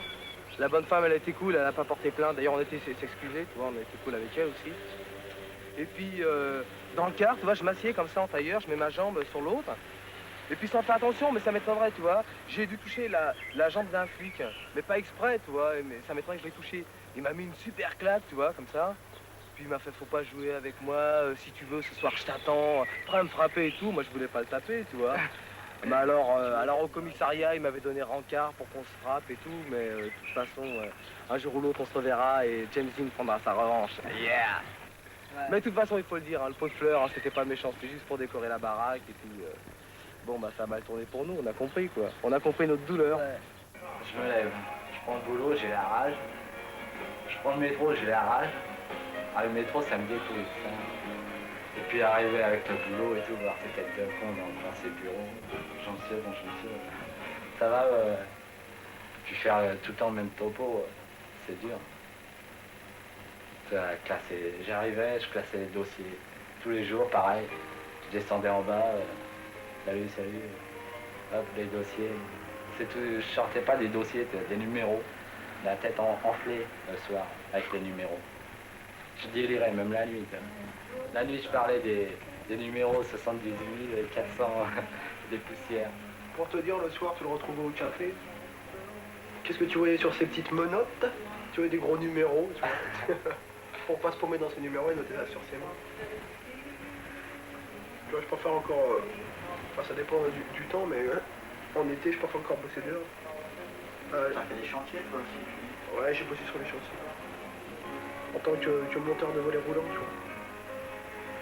Enfin, c'est pas génial, mais ça te dépense physiquement, si on peut dire. Ouais, ça vous ça, quoi. Il est content de trimer, là, c'est gros. Moi, c'est Baba, et lui, c'est Didi Ginette. Ah, voilà, ouais. On vit ensemble, là, pour l'instant, parce qu'on prépare le bac. Et je voulais savoir un peu comment est-ce qu'on vivait ici. Et quelles sont les conneries que Edmond peut faire ici. Alors, je sais pas si la caméra pourra tourner ensuite pour aller voir un peu le bordel qu'il y a derrière. C'est possible? Ah ouais, on va essayer ça. Bon, bah, je crois qu'il faut vous faire visiter, là. Pardon, Edmond. Allez le faire voir un peu, non. On peut se lever, là? Ouais, vas-y. Ouais, alors voilà. Je tiens à vous faire voir un peu comment Didi m'a foutu la merde. Alors, regardez. Ça fait 3 jours que ça n'a pas été lavé. Regardez, il vient de faire du truc là, c'est tout dégueulasse. Alors voilà, il a fait sa crème au chocolat. Alors le truc palmolive qui traîne, alors les cigarettes, hein, tout ça, ça traîne ici, en dessous le beurre. Il m'a mis le riz. Bah, non mais on peut regarder, hein, je ne mens pas, c'est lui qui a fait ça. Le riz, les œufs, enfin bon, tout c'est un bordel, tu vois, c'est dégueulasse. Voilà, voilà ce que je voulais montrer. Les affaires qui traînent, enfin vraiment c'est le bordel, moi j'y suis pour rien. Alors maintenant j'ai sa parole à Didi. C'est la guitare de qui là? Là, la guitare, bah, c'est pas la mienne, c'est à Edmond ça. C'est à Edmond la guitare? C'est à Edmond, toujours bien rangé. Celle-là aussi, là, c'est la sienne. Voilà. Ah voilà, y a rien qui est fait. Et la moquette, c'est pas la peine de filmer, hein. Elle est dégueulasse. Ah voilà. Ouais, moi je préfère pas répondre, tu vois, parce que c'est abruti, par exemple. Attends, non. Moi je me lève le matin à 8h, 9h, bah lui il dort. Je vais bosser, tu vois, au bahut, tu vois. Et pendant ce temps, lui il fout la merde et tout. Alors quand je rentre, tout est dégueulasse, tu vois. Alors je dois aller au bahut. Je dois tout faire ici, je dois faire le ménage et tout. Alors ça va plus, tu vois. Je lui ai dit ça la dernière fois. Et sa grand-mère m'a dit d'ailleurs de le serrer un petit peu pour qu'il fasse un peu plus de ménage, quoi. Voilà, tout ce que j'avais à dire. Oh, c'est con, arrête, tu délires là. Vous allez encore au bahut là en ce moment? De temps en temps. Si on y va pour manger. Pas le matin, le midi où on va manger. Parce qu'on va taxer. On taxe là-bas avec un mec qui s'appelle Aslam. Diel Lachaud, le taxeur. Ouais. Ah voilà, ouais, ça fait tout de même une semaine, 2 semaines qu'on est ensemble là. Ah, Bibi. Et ouais, et chez moi, comment je mettrais des coups de pompe. et puis voilà, on révise le bac là. Je crois que c'est bien parti tout de même. On est venus habiter ensemble pour... Ouais, Yvon ouais. est venu habiter pour réviser le bac? Ouais, j'ai demandé Et à le sa bon- grand-mère pour le laisser sortir. Ah, Elle m'a le- fait, bon ah, d'accord le- Philippe, mais tu veilles sur lui. Quelle fille. Elle m'a fait, tu veilles sur lui. Arrête, Madame c'est même Mac. pas vrai, putain, tu déconnes ça.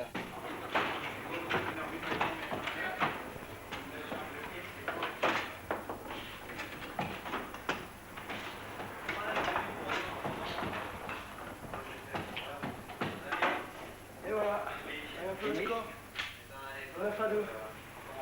On a fait de la bête. Ça va? Ouais, ça va. Putain, ça paye, hein. Ça fait transpirer.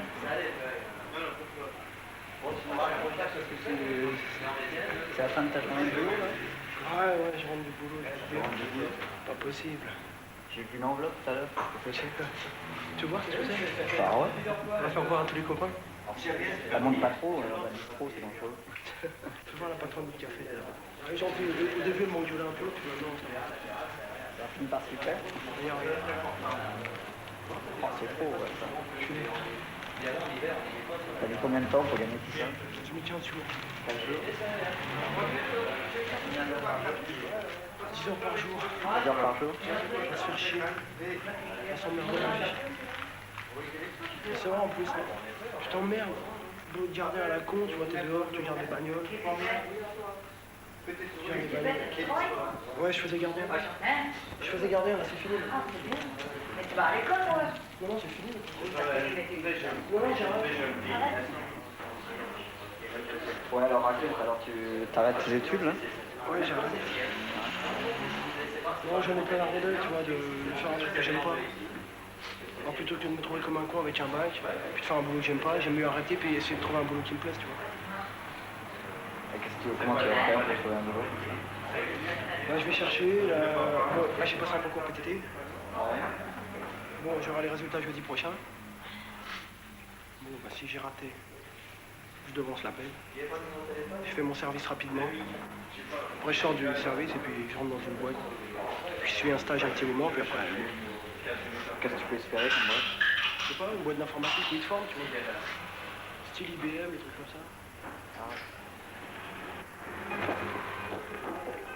Oh, on reste pour la chanson. Je suis pas pressée d'aller en cours. Non, mais enfin, ça rappelle les vacances. C'est ce que j'allais dire. C'est vrai, hein? Égal. C'était... Bon, on avait une douce. C'est toujours au moment de partir qu'on entend les meilleurs. Je parie que ça te rappelle le relais. Non, ça me rappelle le sac. Ah, le sac.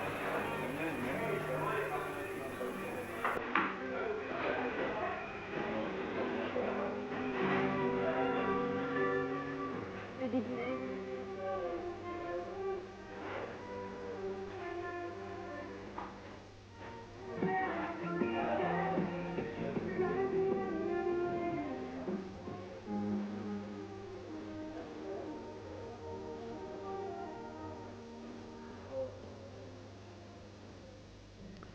Oui, ben, je pense qu'une majorité des jeunes qui nous regardent ce soir se reconnaîtront dans le film de Guerbrand, parce que finalement, c'est sans doute aussi ce qu'on peut appeler la France profonde au niveau des jeunes. Fondaneige, vous faisiez partie de cette bande. Qu'est-ce qu'ils sont devenus, vos copains? Alors, moi, je tiens tout de suite à remettre les choses à leur place. Cette bande que vous avez vue là, c'était des jeunes qui étaient d'un lycée. Hein, ce qui veut dire que j'en connaissais très bien, d'autres moins bien. Je peux pas me permettre comme ça de parler d'eux, parce que déjà, je ne sais pas trop ce que font certains. Ce que font d'autres, eh ben, ils changent souvent ou ils sont installés.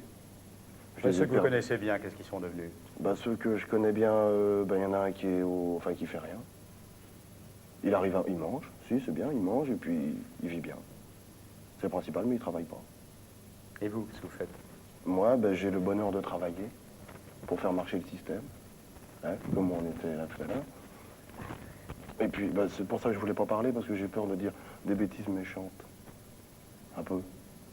Alors j'aime autant ne rien dire de trop dur. Mais enfin, je travaille dans la photo, un petit travail bien sympathique. Le travail, ça va, c'est pour ça que j'arrive à tenir le coup. Les sous, ça va très bien aussi. Et Vava, qu'est-ce qu'il est devenu, Vava? Eh ben, Vava... Vava, c'est l'antillais, hein? Oui. Il est donc noir, ouais. Il est où, Vava, maintenant? Ben, Vava, il est parti, il est revenu, il est reparti, il est revenu. Je sais pas trop où il est. Jean-Pierre Chevènement, ça vous frappe pas, vous, quand vous entendez tout cela, de voir à quel point cette jeunesse refuse d'entrer dans la production, comme on dit dans le langage politique? C'est contraire au sondage qui dit que le travail est très recherché, en tout cas. Hein, c'est pas ce que dit votre sondage. Alors il y a quelque chose qui va Oui, mais pas. quel travail? C'est parce qu'on a plutôt l'impression que c'est souvent des petits boulots plutôt qu'un travail... Oui. Mais je pense que la production aujourd'hui n'est pas faite franchement pour attirer beaucoup de jeunes. L'idée qu'ils vont s'identifier à tout ça, c'est pas très drôle. Hein, et ils aimeraient bien pouvoir créer. Et je pense que même dans l'avenir, le travail consistera de plus en plus à connaître, à comprendre, à inventer, à créer. Sauf qu'actuellement, c'est pas le cas. Et qu'actuellement, le travail, il a un autre aspect. Et puis comme la société est très injuste, très inégale, comme on le disait tout à l'heure, presque dit Maschino, comme c'est pas la même jeunesse, il y a toute une jeunesse qui est à la porte. Bon, alors, qu'est-ce qu'on fait quand on est à la porte, hein, on se révolte ou bien alors on se laisse aller? Alors, il y a les ventres mous que vous avez dit. Philippe, quand on se révolte, on cherche un dérivatif. Alors je fais aussi de la musique dans un groupe qui s'appelle Maraudeur, je tenais à le dire. Voilà, du bon rock, du bon boogie, ça me permet d'oublier un peu le ressentiment que j'ai vis-à-vis de la politique, vis-à-vis de tout ce que je trouve vraiment très, très, très malsain, pour rester toujours très Oui, correct. mais la politique, c'est peut-être le moyen de changer ce système. Ah, pense ça, pas, c'est la je- question qu'on doit se poser, parce qu'il ne faut pas enterrer trop vite cette question. J'ai pas 17 ans non plus, j'ai déjà réfléchi énormément à ce petit problème, j'attends pas de passer le bac, j'ai du travail, donc pour moi tout va bien. Et je peux vous dire que j'ai arrêté de voter récemment. C'est pas pour une question de mésestimer le Parti Socialiste, parce que j'aurais plutôt tendance à aimer les socialistes que les chiraciens. Et tant pis pour eux, quoi, je veux dire. J'habite à Paris, je hais ces gens qui sont pour certaines idées bien droites, qui n'espèrent pas trop de la vie, quoi. Moi, je veux simplement vivre, c'est tout. De faire ma petite route à moi. Mais vous ne pensez pas que, plutôt que d'attendre quelque chose du socialisme, comme si c'était quelque chose qui allait tomber du ciel, le socialisme, c'est nous, c'est ce qu'on y mettra dedans. Hein. Mais j'entends rien du socialisme. Mais on peut essayer quand même de changer les choses, non? Ah, Tous bien sûr, ensemble, mais non? ça, c'est votre travail à vous. Moi, je c'est ne votre m'occupe travail pas à vous de aussi, politique. prénom d'une pipe quand même. Parce que lui, il est content. Hein? Moi, je suis très content. Moi. Je veux pas. Je suis pas sûr qu'il soit aussi content que vous le dites. Non, il a dit monsieur le qu'il a ministre du a raison, ressentiment. là. Oui, bien sûr. Il a du ressentiment. Bien, René Hény, pour l'instant, on vous a pas entendu. Ah ben, moi, je suis pas. Vous m'avez convoqué à la place de Monseigneur Lustiger, moi je peux rien Voilà, dire, voilà, hein, là. on vous a... Je ne vous donnerai pas ma bénédiction, je n'ai pas de bénédiction à donner, c'est des images simples. Bon, non, allez-y. mais enfin, il y a quelque chose d'intéressant parce que là, on a une bande d'artistes, c'est-à-dire cette utopie marxiste, elle est un peu réalisée. Marx disait, quand on aura fait la société sans classe, on fera du violon, du jardinage, hein, mais eux, ce sont des artistes déjà. Bon. Mais la société sans classe, elle est toujours pas là. Oui, mais ça dépend un tout petit peu de nous. Chaque fois, moi je pense qu'ils sont plus vrais que les politiques, dans le sens que faites-le tout de suite. Et qu'est-ce qui leur Non, manque? moi je parle pour d'autres mômes qui font de la musique, qui font de la peinture, etc., mais qui ne veulent pas beaucoup d'argent, par exemple, ne veulent pas devenir directeur de banque, mais qui veulent faire un certain nombre de petites choses à eux, sans recevoir même la consécration, tu vois. Ils zonent dans des tout petits territoires. Par exemple, nous, vous savez combien d'orchestres rock on a chez nous? On a le rock de la maternelle, on a énormément d'orchestres rock. Et par ailleurs, le travail, la production ne les intéresse pas tellement. Diane Le Bihan, j'ai remarqué que dans le film, au début, vous disiez il cherche autre chose en parlant de votre fille. Qu'est-ce qu'il cherche, à votre avis? Bien, la société telle qu'elle est tellement laide, déjà, hein, tellement injuste. il faut bien qu'il y ait autre chose. Enfin, ce qu'ils cherchent exactement, peut-être ils peuvent le dire eux mieux que moi, mais en fait, ça passe par différents moyens, je pense, la musique entre autres. Mais enfin, certainement une société où il fait bon de vivre, enfin, qui fait mieux où on a moyen de s'épanouir. C'est bien gentil tout ça, mais qu'est-ce que vous attendez de la société? Voilà. Allez-y. Bon, bah alors d'abord, je voudrais dire que moi, mon nom, c'est pas Eric, c'est N, H-A-I-N-E. D'accord. Que j'ai changé de nom et que je l'ai choisi. Et que c'est pas par hasard, c'est parce que je hais tout le monde. Vraiment, quand je les vois dans la rue, tous qui sont là, tous pareils, en train de se regarder dans le blanc des yeux, là, que je vois que c'est partagé entre les flics et puis les mecs qui craignent les flics, puis qui sont là, qui bougent pas, puis qui suivent les couloirs du métro tout droit et qui suivent même dans la rue comme s'il y avait des couloirs de métro exactement pareils. Tout ça, je les hais tous et c'est pour ça que je m'appelle N. Voilà. Et bon, sinon ce qu'on veut, c'est ne rien changer et tout prendre de ce qui existe déjà. C'est ce qui nous intéresse. C'est pas aller sur le dos des travailleurs ou tout ça. C'est pas ça du tout. C'est profiter d'une certaine classe, mais que c'est pas la classe des travailleurs, c'est la classe au-dessus. C'est celle-là qui a l'argent en ce moment en France, et c'est de là qu'il faut la prendre. On est des profiteurs. Dans la classification qu'il y avait tout à l'heure, j'ai retenu qu'il y avait les protestataires, je sais plus quoi, et puis les babas jouisseurs. Eh ben nous, on n'est pas des babas, loin de là, au contraire. On est des protestataires jouisseurs. Voilà ce qu'on est. C'est une autre classe. Alors c'est pas marqué dans le Nouvel Observateur, mais elle existe aussi. Mais ça va être 0,0001. C'est Richard sur le dos duquel vous... Non, c'est pas des Richards, c'est des petits bourgeois, attention. Mais, oui, mais comment est-ce qu'ils existent dans notre pays? D'où est-ce qu'ils viennent? D'où leur viennent vient des luttes sociales qui datent de ce siècle dernier, d'ailleurs, n'est-ce pas? Vous croyez? Et qui continuent, bien sûr. Vous ne pensez pas qu'il y a aussi dans le monde beaucoup de gens qui crèvent de faim et qui contribuent à ce que... Je suis bien sûr que c'est En vrai, France oui. aussi, il y a beaucoup de monde. Et beaucoup de gens qui crèvent de faim. Mais ceux-là, on n'est pas sur leur dos. Mais ceux-là... Et pourquoi pas changer ça? Ah ben, ça, si vous voulez. Écoutez, on est une minorité. Vous étiez au gouvernement, minoritaire. vous auriez pu faire quelque chose, non? Mais si je suis aujourd'hui dans la situation où je suis... C'est peut-être que vous avez essayé de faire quelque chose, C'est peut-être que j'ai ça n'a pas essayé. plu. Vous pouvez peut-être penser que j'ai essayé. Pourquoi est-ce que Ah, vous ne mais feriez pas un peu de crédit? J'espère que vous avez Alors donc, essayé. ça veut dire que, ayant essayé, on vous a interdit d'essayer, donc il faut changer ça. C'est pas possible, ça. Si on arrête quelqu'un qui essaye d'essayer, qu'est-ce que ça veut dire? Continuons à essayer ensemble, moi, voilà. Voilà très longtemps que j'essaye. Et je continuerai à essayer. Ça vous décourage pas? Comment? Ça ne vous décourage pas? Pas du tout, pourquoi? Pourquoi se décourage? C'est encourageant d'essayer de faire quelque chose et de se faire vider, quoi. C'est vraiment encourageant. Philippe Fondanège, là, est-ce que vous êtes d'accord avec ce discours là? C'est bien, alors continuons. C'est-à-dire que le punk devant moi, je comprends très bien ce qu'il ressent. Oui. Moi, ça se traduit différemment. Ça veut dire, bon ben, le temps que je prends le métro, j'oublie donc les flics, j'oublie les gens. Je prends mon métro, je vais faire ce que j'ai à faire. C'est tout. À ce niveau-là, c'est bien, c'est franc. À part ça, qu'est-ce Il n'y a pas de racisme dans votre bande, apparemment. Ça, c'est une chose importante. Est-ce qu'on peut dire que les jeunes sont moins racistes que les adultes? Mais non, ça dépend des Non, endroits. mais, Si c'est dans une cité, évidemment, il y aura moins de racisme. Je Et crois que vous encore. essayez de parler des jeunes, mais... Non, on essaye, oui, c'est vrai, il y a de comprendre. Moi, Mais je parlerai des jeunes parce disiez à que part je suis cela, jeune, Philippe. je ne parlerai pas des vieux parce que je ne suis pas vieux, c'est tout. Non mais à part cela, vous Simplement. disiez, ça veut dire quoi? Vous n'êtes pas tout à fait d'accord avec ce que disent les punks alors? Ah si, totalement. Ah bah, à part cela, c'était quoi? À part ça, bon, de temps en temps, j'ai une bouffée de haine aussi. Quelque chose de semblable, vraiment. Ça veut dire l'impression d'être vraiment... j'ai pas envie de m'insérer dans quelque chose, mais j'ai pas envie d'y appartenir malgré moi non plus. Bertrand? Bah, moi, je pense que c'est bien beau tout ça. Puis finalement, on se dit que c'est ponctuel, que bah, c'est pas éternel. Vous vivez de quoi? Bon, toi, t'es au chômage. Bon, ils sont comme moi finalement, ils sont dépendants de leurs parents parce qu'ils ont besoin d'argent, ils peuvent travailler. Mais ils ont plus de mal à trouver du travail que les autres parce qu'on leur interdit, quoi. Je crois que de ce côté-là, c'est plus dur pour eux que pour moi. Pourquoi? Mais pourquoi? Pourquoi? Parce que bon, c'est ça, quoi. Non mais dis, non mais c'est ça, c'est quoi? Ben, c'est ton attitude. Alors je vais te montrer comment je me mets pour quand je vais chercher du travail. Laisse-le Voilà. parler. Je vais vous montrer. Voilà. Alors là, je suis tout à fait la France. Je prends ma baguette et mon journal et je vais chercher du travail. Et on m'en donne pas. Pourquoi? Je suis comme tout le monde. Et je ne prends pas vous en dire.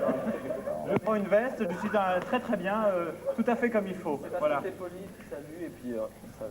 Non, je ne salue pas. Non, mais moi, ce que je vois finalement dans les punks, malheureusement, il l'a dit tout à l'heure, finalement, ça se caractérise par. Il disait que pour faire un bon punk, il faut se raser, c'est ça? Non, t'as rien compris. Ah, t'as dit ça. C'est le contraire. T'as dit qu'il faut se raser de tout, il faut être pur, il faut. Et c'est ce que je ne fais pas. Non, mais je me rase pas tout, hein, là, je sais pas si t'as remarqué, il y a des cheveux là. Là, tu peux toucher, c'est des vrais, c'est pas une perruque. Hein. Mais moi, j'avais compris que ça voulait dire que finalement, il fallait sauter toute personnalité, il fallait se mettre à un module, c'est l'opposé. Un moule, quelque chose. Parce que tous les trois, entre nous, vous faites pas trop de.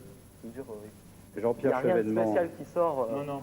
Jean-Pierre Chevènement. On est comme toi. Ouais. Qu'est-ce que vous pensez de... Je veux dire, entre vous trois, je n'ai pas l'impression qu'il y ait une sorte de recherche dans l'art de s'habiller. Oui. On remarque entre nous, Bertrand, tu vois, moi je préfère Didier. toujours la manière dont je suis habillé. Quand je te vois, ça me fait vraiment... D'accord. Je te fais de la peine. Moi j'ai un coup là. D'accord. Je te fais de la peine. D'accord. Jean-Pierre Chevènement. Didier, s'il te plaît. Qu'est-ce que ça vous inspire, cette espèce de dérision systématique qui caractérise surtout le discours de Philippe, d'Éric, de Gladys et de Didier? Je voudrais évidemment qu'ils puissent transformer la haine qu'ils éprouvent. Après ce qu'ils disent, encore qu'à mon avis, c'est pas vraiment le cas. Mais non, Éric. Hein, j'aimerais qu'ils puissent transformer cette haine qu'ils ressentent, disent-ils, en action. Et un jour, peut-être, ils y parviendront. Mais je crois que c'est... Enfin, moi, je connais beaucoup de jeunes aussi. Il est vrai que je suis de la France profonde, de Belfort, où il y a beaucoup de... Oui, je connais beaucoup de jeunes ouvriers et employés. Oui, je pense que... Le problème de ce soir, c'est le problème des punks ou des jeunes. Oui. Parce que bon, c'est vrai. Je veux dire... C'est vrai. Il y a les punks, il y a les jeunes, il y a tout ce qu'on veut. Pas la même chose. C'est bien pour ça, quand on vous parle d'autre chose que les punks, vous nous renvoyez aux punks. Alors, non, mais vous parlez systématiquement. Les punks, c'est le centre du monde. C'est parce qu'ils sont une majorité en France. C'est eux qui vont faire marcher la société plus tard. Et c'est eux qui vont nous donner à manger, c'est ça? C'est ça, finalement. Votez haine aux prochaines élections. Là, ils sont à 3 parce qu'ils sont arrivés en force. Olivier en force, mais tu rigoles. Non, Didier, ils ont été invités à 3, ils ont pas... Quelque chose. D'un côté, on voit les adultes parlant des jeunes de façon générale, se tournant vers les jeunes, lesquels d'ailleurs sont bien situés ici dans ce studio. On les a mis là, bien. Et puis vous représentez les jeunes. Hein. Et en fait, de votre côté, moi, ce que j'entends dans ce que vous dites, ce que j'entends, c'est finalement, je me fous pas mal des jeunes comme je me fous pas mal des adultes. Hein. Moi, ce qui m'intéresse, c'est de faire ce qui me fait plaisir, d'une certaine façon. Alors Bertrand, il dit, moi, ce qui me fait plaisir, c'est de finir par réussir à gagner de l'argent. D'écraser les autres. Bon, d'une certaine façon, c'est ça. Philippe, je crois. Hein, il dit, moi, jusqu'à présent, moi, ce qui me fait plaisir, c'est de faire mon petit boulot, ma musique, et puis etc. Puis, j'ai dit que j'étais contenté à ce voilà, tu es contenté, c'est ça. Je ne suis pas heureux, mais je suis contenté. Voilà. D'accord, c'est bien ce que j'ai c'est bien ce que j'ai compris. Et puis, vous trois, vous faites un petit numéro dans lequel vous faites plaisir. Vous vous faites plaisir, hein, chacun d'entre vous, vous faites plaisir. Voilà. Et alors moi, il me semble que c'est ça qui fait le problème ici, c'est que d'un côté, on voudrait qu'il y ait les jeunes et qu'ils participent à un projet global de société, et puis d'un autre côté, on voit finalement des individus qui disent « moi j'essaye de m'en tirer pas trop mal ». Ça faut. Moi, il me semble qu'il y a une différence quand même entre les punks, entre guillemets, que moi j'appelle pas punk, parce qu'à mon avis, ils ont complètement interprété le punk, enfin, ça n'a rien à voir avec le punk, ce sont des gens qui sont pleins d'espoir et de vie. Moi, je pense que, un instant, je pense simplement que la différence entre eux et l'autre garçon, c'est que y en a un qui dit je veux vivre mon monde, mon univers clos comme ça, réussir, etc.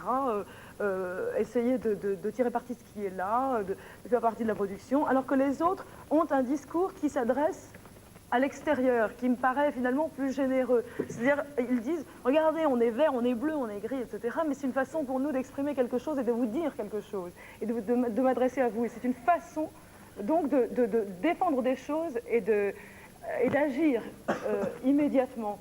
c'est peut-être quelque chose de plus... c'est pas une action matérielle, c'est une action culturelle, symbolique. Et donc, pour moi, c'est une démarche finalement qui m'apparaît, je me trompe peut-être, hein, je sais pas comment je me trompe peut-être, mais ça m'apparaît plus généreux finalement quelque part. Et moi, il y a deux choses qui me tracassent. Quand on leur pose la question espoir, il n'y a pas avenir. Mais si, ils sont pleins d'espoir, ils sont l'espoir même. C'est quoi Ils sont l'espoir? vivants, ils sont l'espoir même. Avenir, alors, avenir. Nous, notre slogan, ce n'est pas plus d'avenir, nos futurs et tout ça. Ça, c'était les slogans des punks 77. Nous, on est plus des punks. Maintenant, c'est fini les punks, c'est mort, c'est enterré. Parce que dire nos futurs pendant 6 ans, quand même, faut pas exagérer. Hein.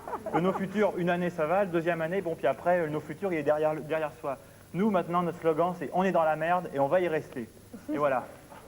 Alors ça, c'est l'espoir pour nous.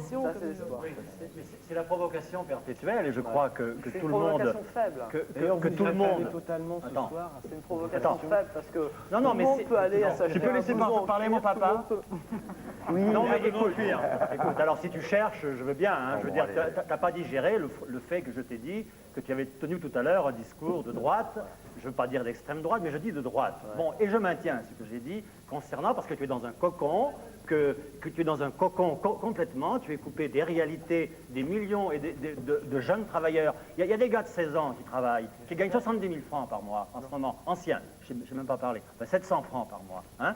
Bon, ben, eux, ils ne se posent pas des problèmes comme toi. Ils ne pensent pas qu'ils vont aller à Tahiti comme ça, en écrasant des centaines de gars pour se payer des vacances à Tahiti. Non, moi je dis que le discours que tu as tenu était oppressant. Il n'est pas oppressant seulement pour moi. J'imagine qu'il a été oppressant aussi pour des millions de téléspectateurs qui travaillent, qui sont au chômage, qui sont dans la merde. On est bourdé, on a déjà dit. Et alors, ça a déjà été dit, tout ça. alors Est-ce que vous effectivement, pensez qu'à 17 ans, je dis que si c'est je me dis provoquant. je vais être un Je dis raté, même vous que c'est croyez une provocation. Toi aussi, tu es dans la provocation. Si à 17 ans, et je me personne dis... ne peut pas s'en sortir. Ici, personne n'ose vous dire les réalités. Mais les réalités, elles sont complètement politiques. C'est que... Non, mais attendez, je finis. Ça a été un peu dit, tout ça. Moi, attendez. Non, pas tous J'ai un ensemble, mot à s'il vous dire, plaît. quand même. Pas tous ensemble. Moi, ce que je voudrais quand même poser une question à René, parce que le temps passe, il ne reste plus beaucoup de durée. Est-ce que ça ne vous frappe pas quand même que personne n'a fait allusion dans cette soirée, dans cette conversation, au sentiment religieux? Personne. Oui, mais non, mais moi je me suis très mal pris. Bon, ouais. Vous m'avez convoqué pour le supplément d'âme. Moi, je trouve que c'est une expression d'épicier. Et je ne suis pas arrivé à trouver qui a parlé de supplément d'âme. Effectivement, il y a quelque chose de se perdre, de mourir. Et puis bon, on peut faire une analyse de cette société comme ça, en disant les jeunes n'héritent pas des péchés des vieux. Et puis ils sont toujours neufs. Et ben, bon, nous, notre génération, nous avons tué Dieu. Nous sommes assis sur son cadavre et on est toujours en train de le ramener, quoi. Et un monde inouï, un monde nouveau, nous n'arrivons pas à le construire. Du passé faisant table rase, on n'arrive pas. Alors, la jeunesse, bon, il y a tout de même, quelque part, on est des jeunes, hein, et on sait quand on ne l'est plus, et on est des gérontes, nous, tout d'un coup. Bien. Eux, il y a des endroits où ils parlent énormément de Dieu, d'un autre Dieu, de l'être. Et nous, les vieux profs, quoi, on veut leur donner des recettes de morale, des recettes de ci et de ça et de réussite, et ils font comme ça. Celle-là, ils ne veulent pas l'entendre. Ils ne veulent plus l'entendre. Quant à leur parler de Dieu, ils ne veulent pas qu'on leur vende notre salade non plus. Bon, c'est tout. Alors, mais je te demande pardon de t'avoir engueulé comme ça, hein, Non, parce que on a très bien parlé dehors. Ce qui était très étonnant dans cette émission, c'est que moi je reviens très peu à Paris, la société française, parisienne, est une société gentille, urbaine, où tout le monde est bien. Et tout d'un coup, on est sur un théâtre antique, là, comme ça, et on se met à s'engueuler comme du poisson pourri, hein. C'est-à-dire, nous sommes tous des artistes là-dedans. On fait des numéros d'artistes. Mais rien n'est tout à fait, hein. C'est vrai, c'est faux. Il va y avoir un banquet maintenant. On ne s'engueule pas. Non, je peux finir. Mais je vais quand même vous lui poser, dire une chose qui me paraît extrêmement importante. Je dis que si des jeunes sont comme ça, dans un sens ou dans l'autre, c'est que des promesses ne sont pas tenues, que vous le vouliez ou non. On a promis à des jeunes de ramener le service militaire à 6 mois. Ça n'est pas fait. Qu'est-ce qu'ils en ont à foutre d'aller au service militaire? Absolument rien. Hein, ça ne les intéresse pas. Justement, Jean-Pierre Chevènement, est-ce que vous avez le sentiment que les jeunes sont déçus un peu par ce qui s'est passé le 10 mai ou par l'après-10 mai? Ils ne sont pas déçus puisqu'ils avaient au fond rien attendu. Hein, et je dis bien, ils n'avaient rien attendu. Mais non, voilà la vérité.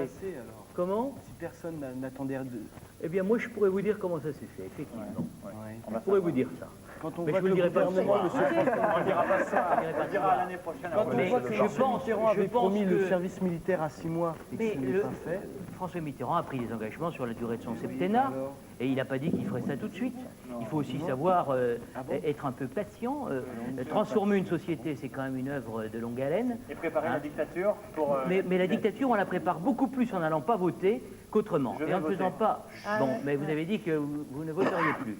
Et j'ajoute qu'il faudra peut-être qu'effectivement, il y a un certain nombre de gens qui en bavent, malheureusement, pour qu'on redécouvre un certain nombre de choses qui sont les valeurs de l'engagement. Moi, je m'étonne beaucoup d'avoir pas avoir entendu parler beaucoup de l'emploi, alors que cette société ne crée plus d'emploi, alors qu'avant, tout le monde pouvait trouver facilement du travail. Aujourd'hui, ce n'est plus possible. Vous avez parlé de l'école, vous avez bien fait. Et un des problèmes principaux, c'est de faire que l'école, avec la bonne tradition des instituteurs, mes parents étant instituteurs, je le rappelle, eh bien, réapprennent aux enfants à lire, à écrire, à compter. Et ça me paraît absolument essentiel pour qu'ils s'y retrouvent. Et puis peut-être qu'il faudra aussi qu'on apprenne ce que c'est que l'action collective. Pas forcément un parti, un syndicat, ça peut se faire autrement. Mais ça, ces choses-là, on ne peut pas les oublier. Et si on les oublie, on les redécouvrira. Et je suis persuadé qu'on les redécouvrira dans la souffrance. Moi, je ne le voudrais pas.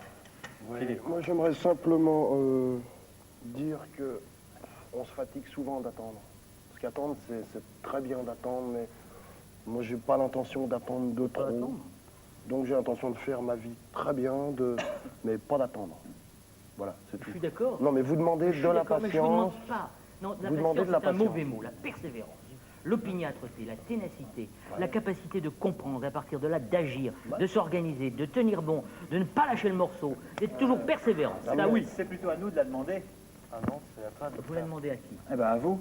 Mais moi, c'est vous qui êtes élu. Mais t'es un assisté. Mais moi, là, je l'ai alors. toujours fait. Ouais. Hein, et le Mais jour je parle où vous pas le de ferez... toi spécialement, je parle de tout, eh ben de moi, tout je le ne parle pas de gouvernement. toi parce que tu m'es très sympathique, comme ça, et j'aimerais bien discuter avec toi ailleurs qu'ici. Mais, et ce sera facile. Mais je suis absolument persuadé que ça, il faut le réapprendre. Et si on ne veut pas le réapprendre, eh bien, on va en baver.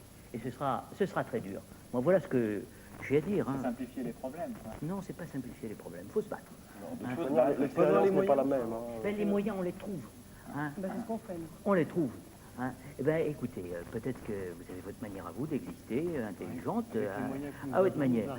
Mais pour changer, je ne sais pas, il y a des troupes de musique, il y a des troupes de théâtre, il y a des choses comme ça. Qui ne On peut marchent pas. aussi créer une entreprise. Oui, mais enfin, Des jeunes peuvent se mettre ensemble pour créer une boîte.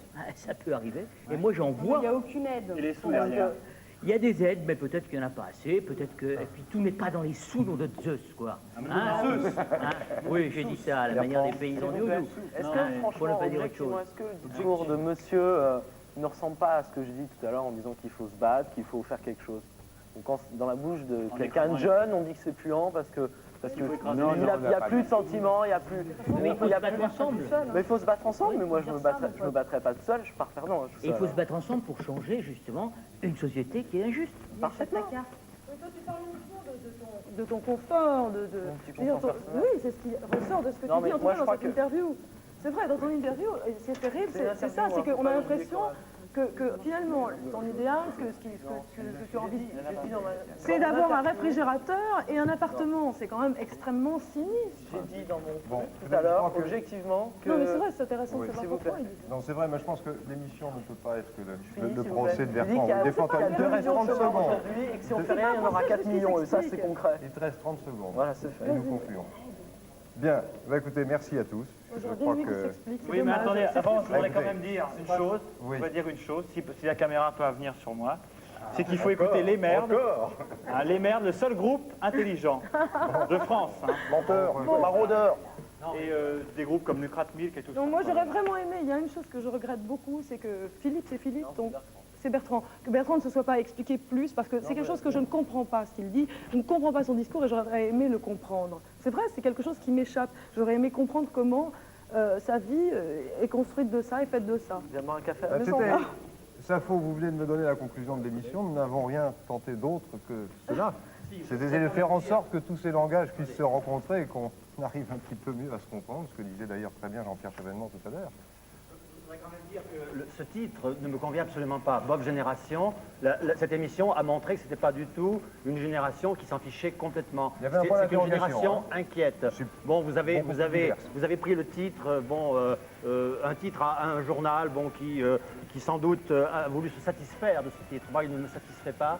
Et je pense que pour parler des jeunes, il faut parler des vrais problèmes à la base, c'est-à-dire de ceux qui travaillent, de ceux qui étudient et qui ont envie de changer, justement. Et changer profondément le monde et la culture. Parce que ça aussi, on n'en a pas parlé. Et la culture, elle est complètement absente de tout, depuis l'école. Et il y a des langages nouveaux qui se créent sous nos yeux et nous ne le voyons absolument pas. Il y a des gens dans leur tour d'ivoire avec leurs mots à eux et les mots de la base, eh bien, ils n'existent pas. Je voudrais qu'un jour ils existent. Et un jour, ils existeront. Bon, ce qui fait ce qu'il peut, Maurice Masquino, mais ça n'a pas l'air de fonctionner aussi bien. Hein. Ça suppose une autre émission. On devait parler de la Bob génération, on a parlé de la Punk génération. Est-ce qu'ils sont représentatifs de la jeunesse d'aujourd'hui? Est-ce qu'on a aujourd'hui posé les problèmes qui se posent à l'ensemble des jeunes, en particulier aux jeunes ouvriers et aux autres? Moi, il me semble que non. Philippe est on un a eu jeune droit ouvrier, à quelques Philippe numéros est un jeune de ouvrier et théâtre, Bertrand à n'est pas quelques un bons punk. mots, à rien de plus. Non, mais vous avez dans les films tout de même des éléments qui... Non. Vous auriez pu, dans les éléments filmés, vous accrocher à ça, parce que dans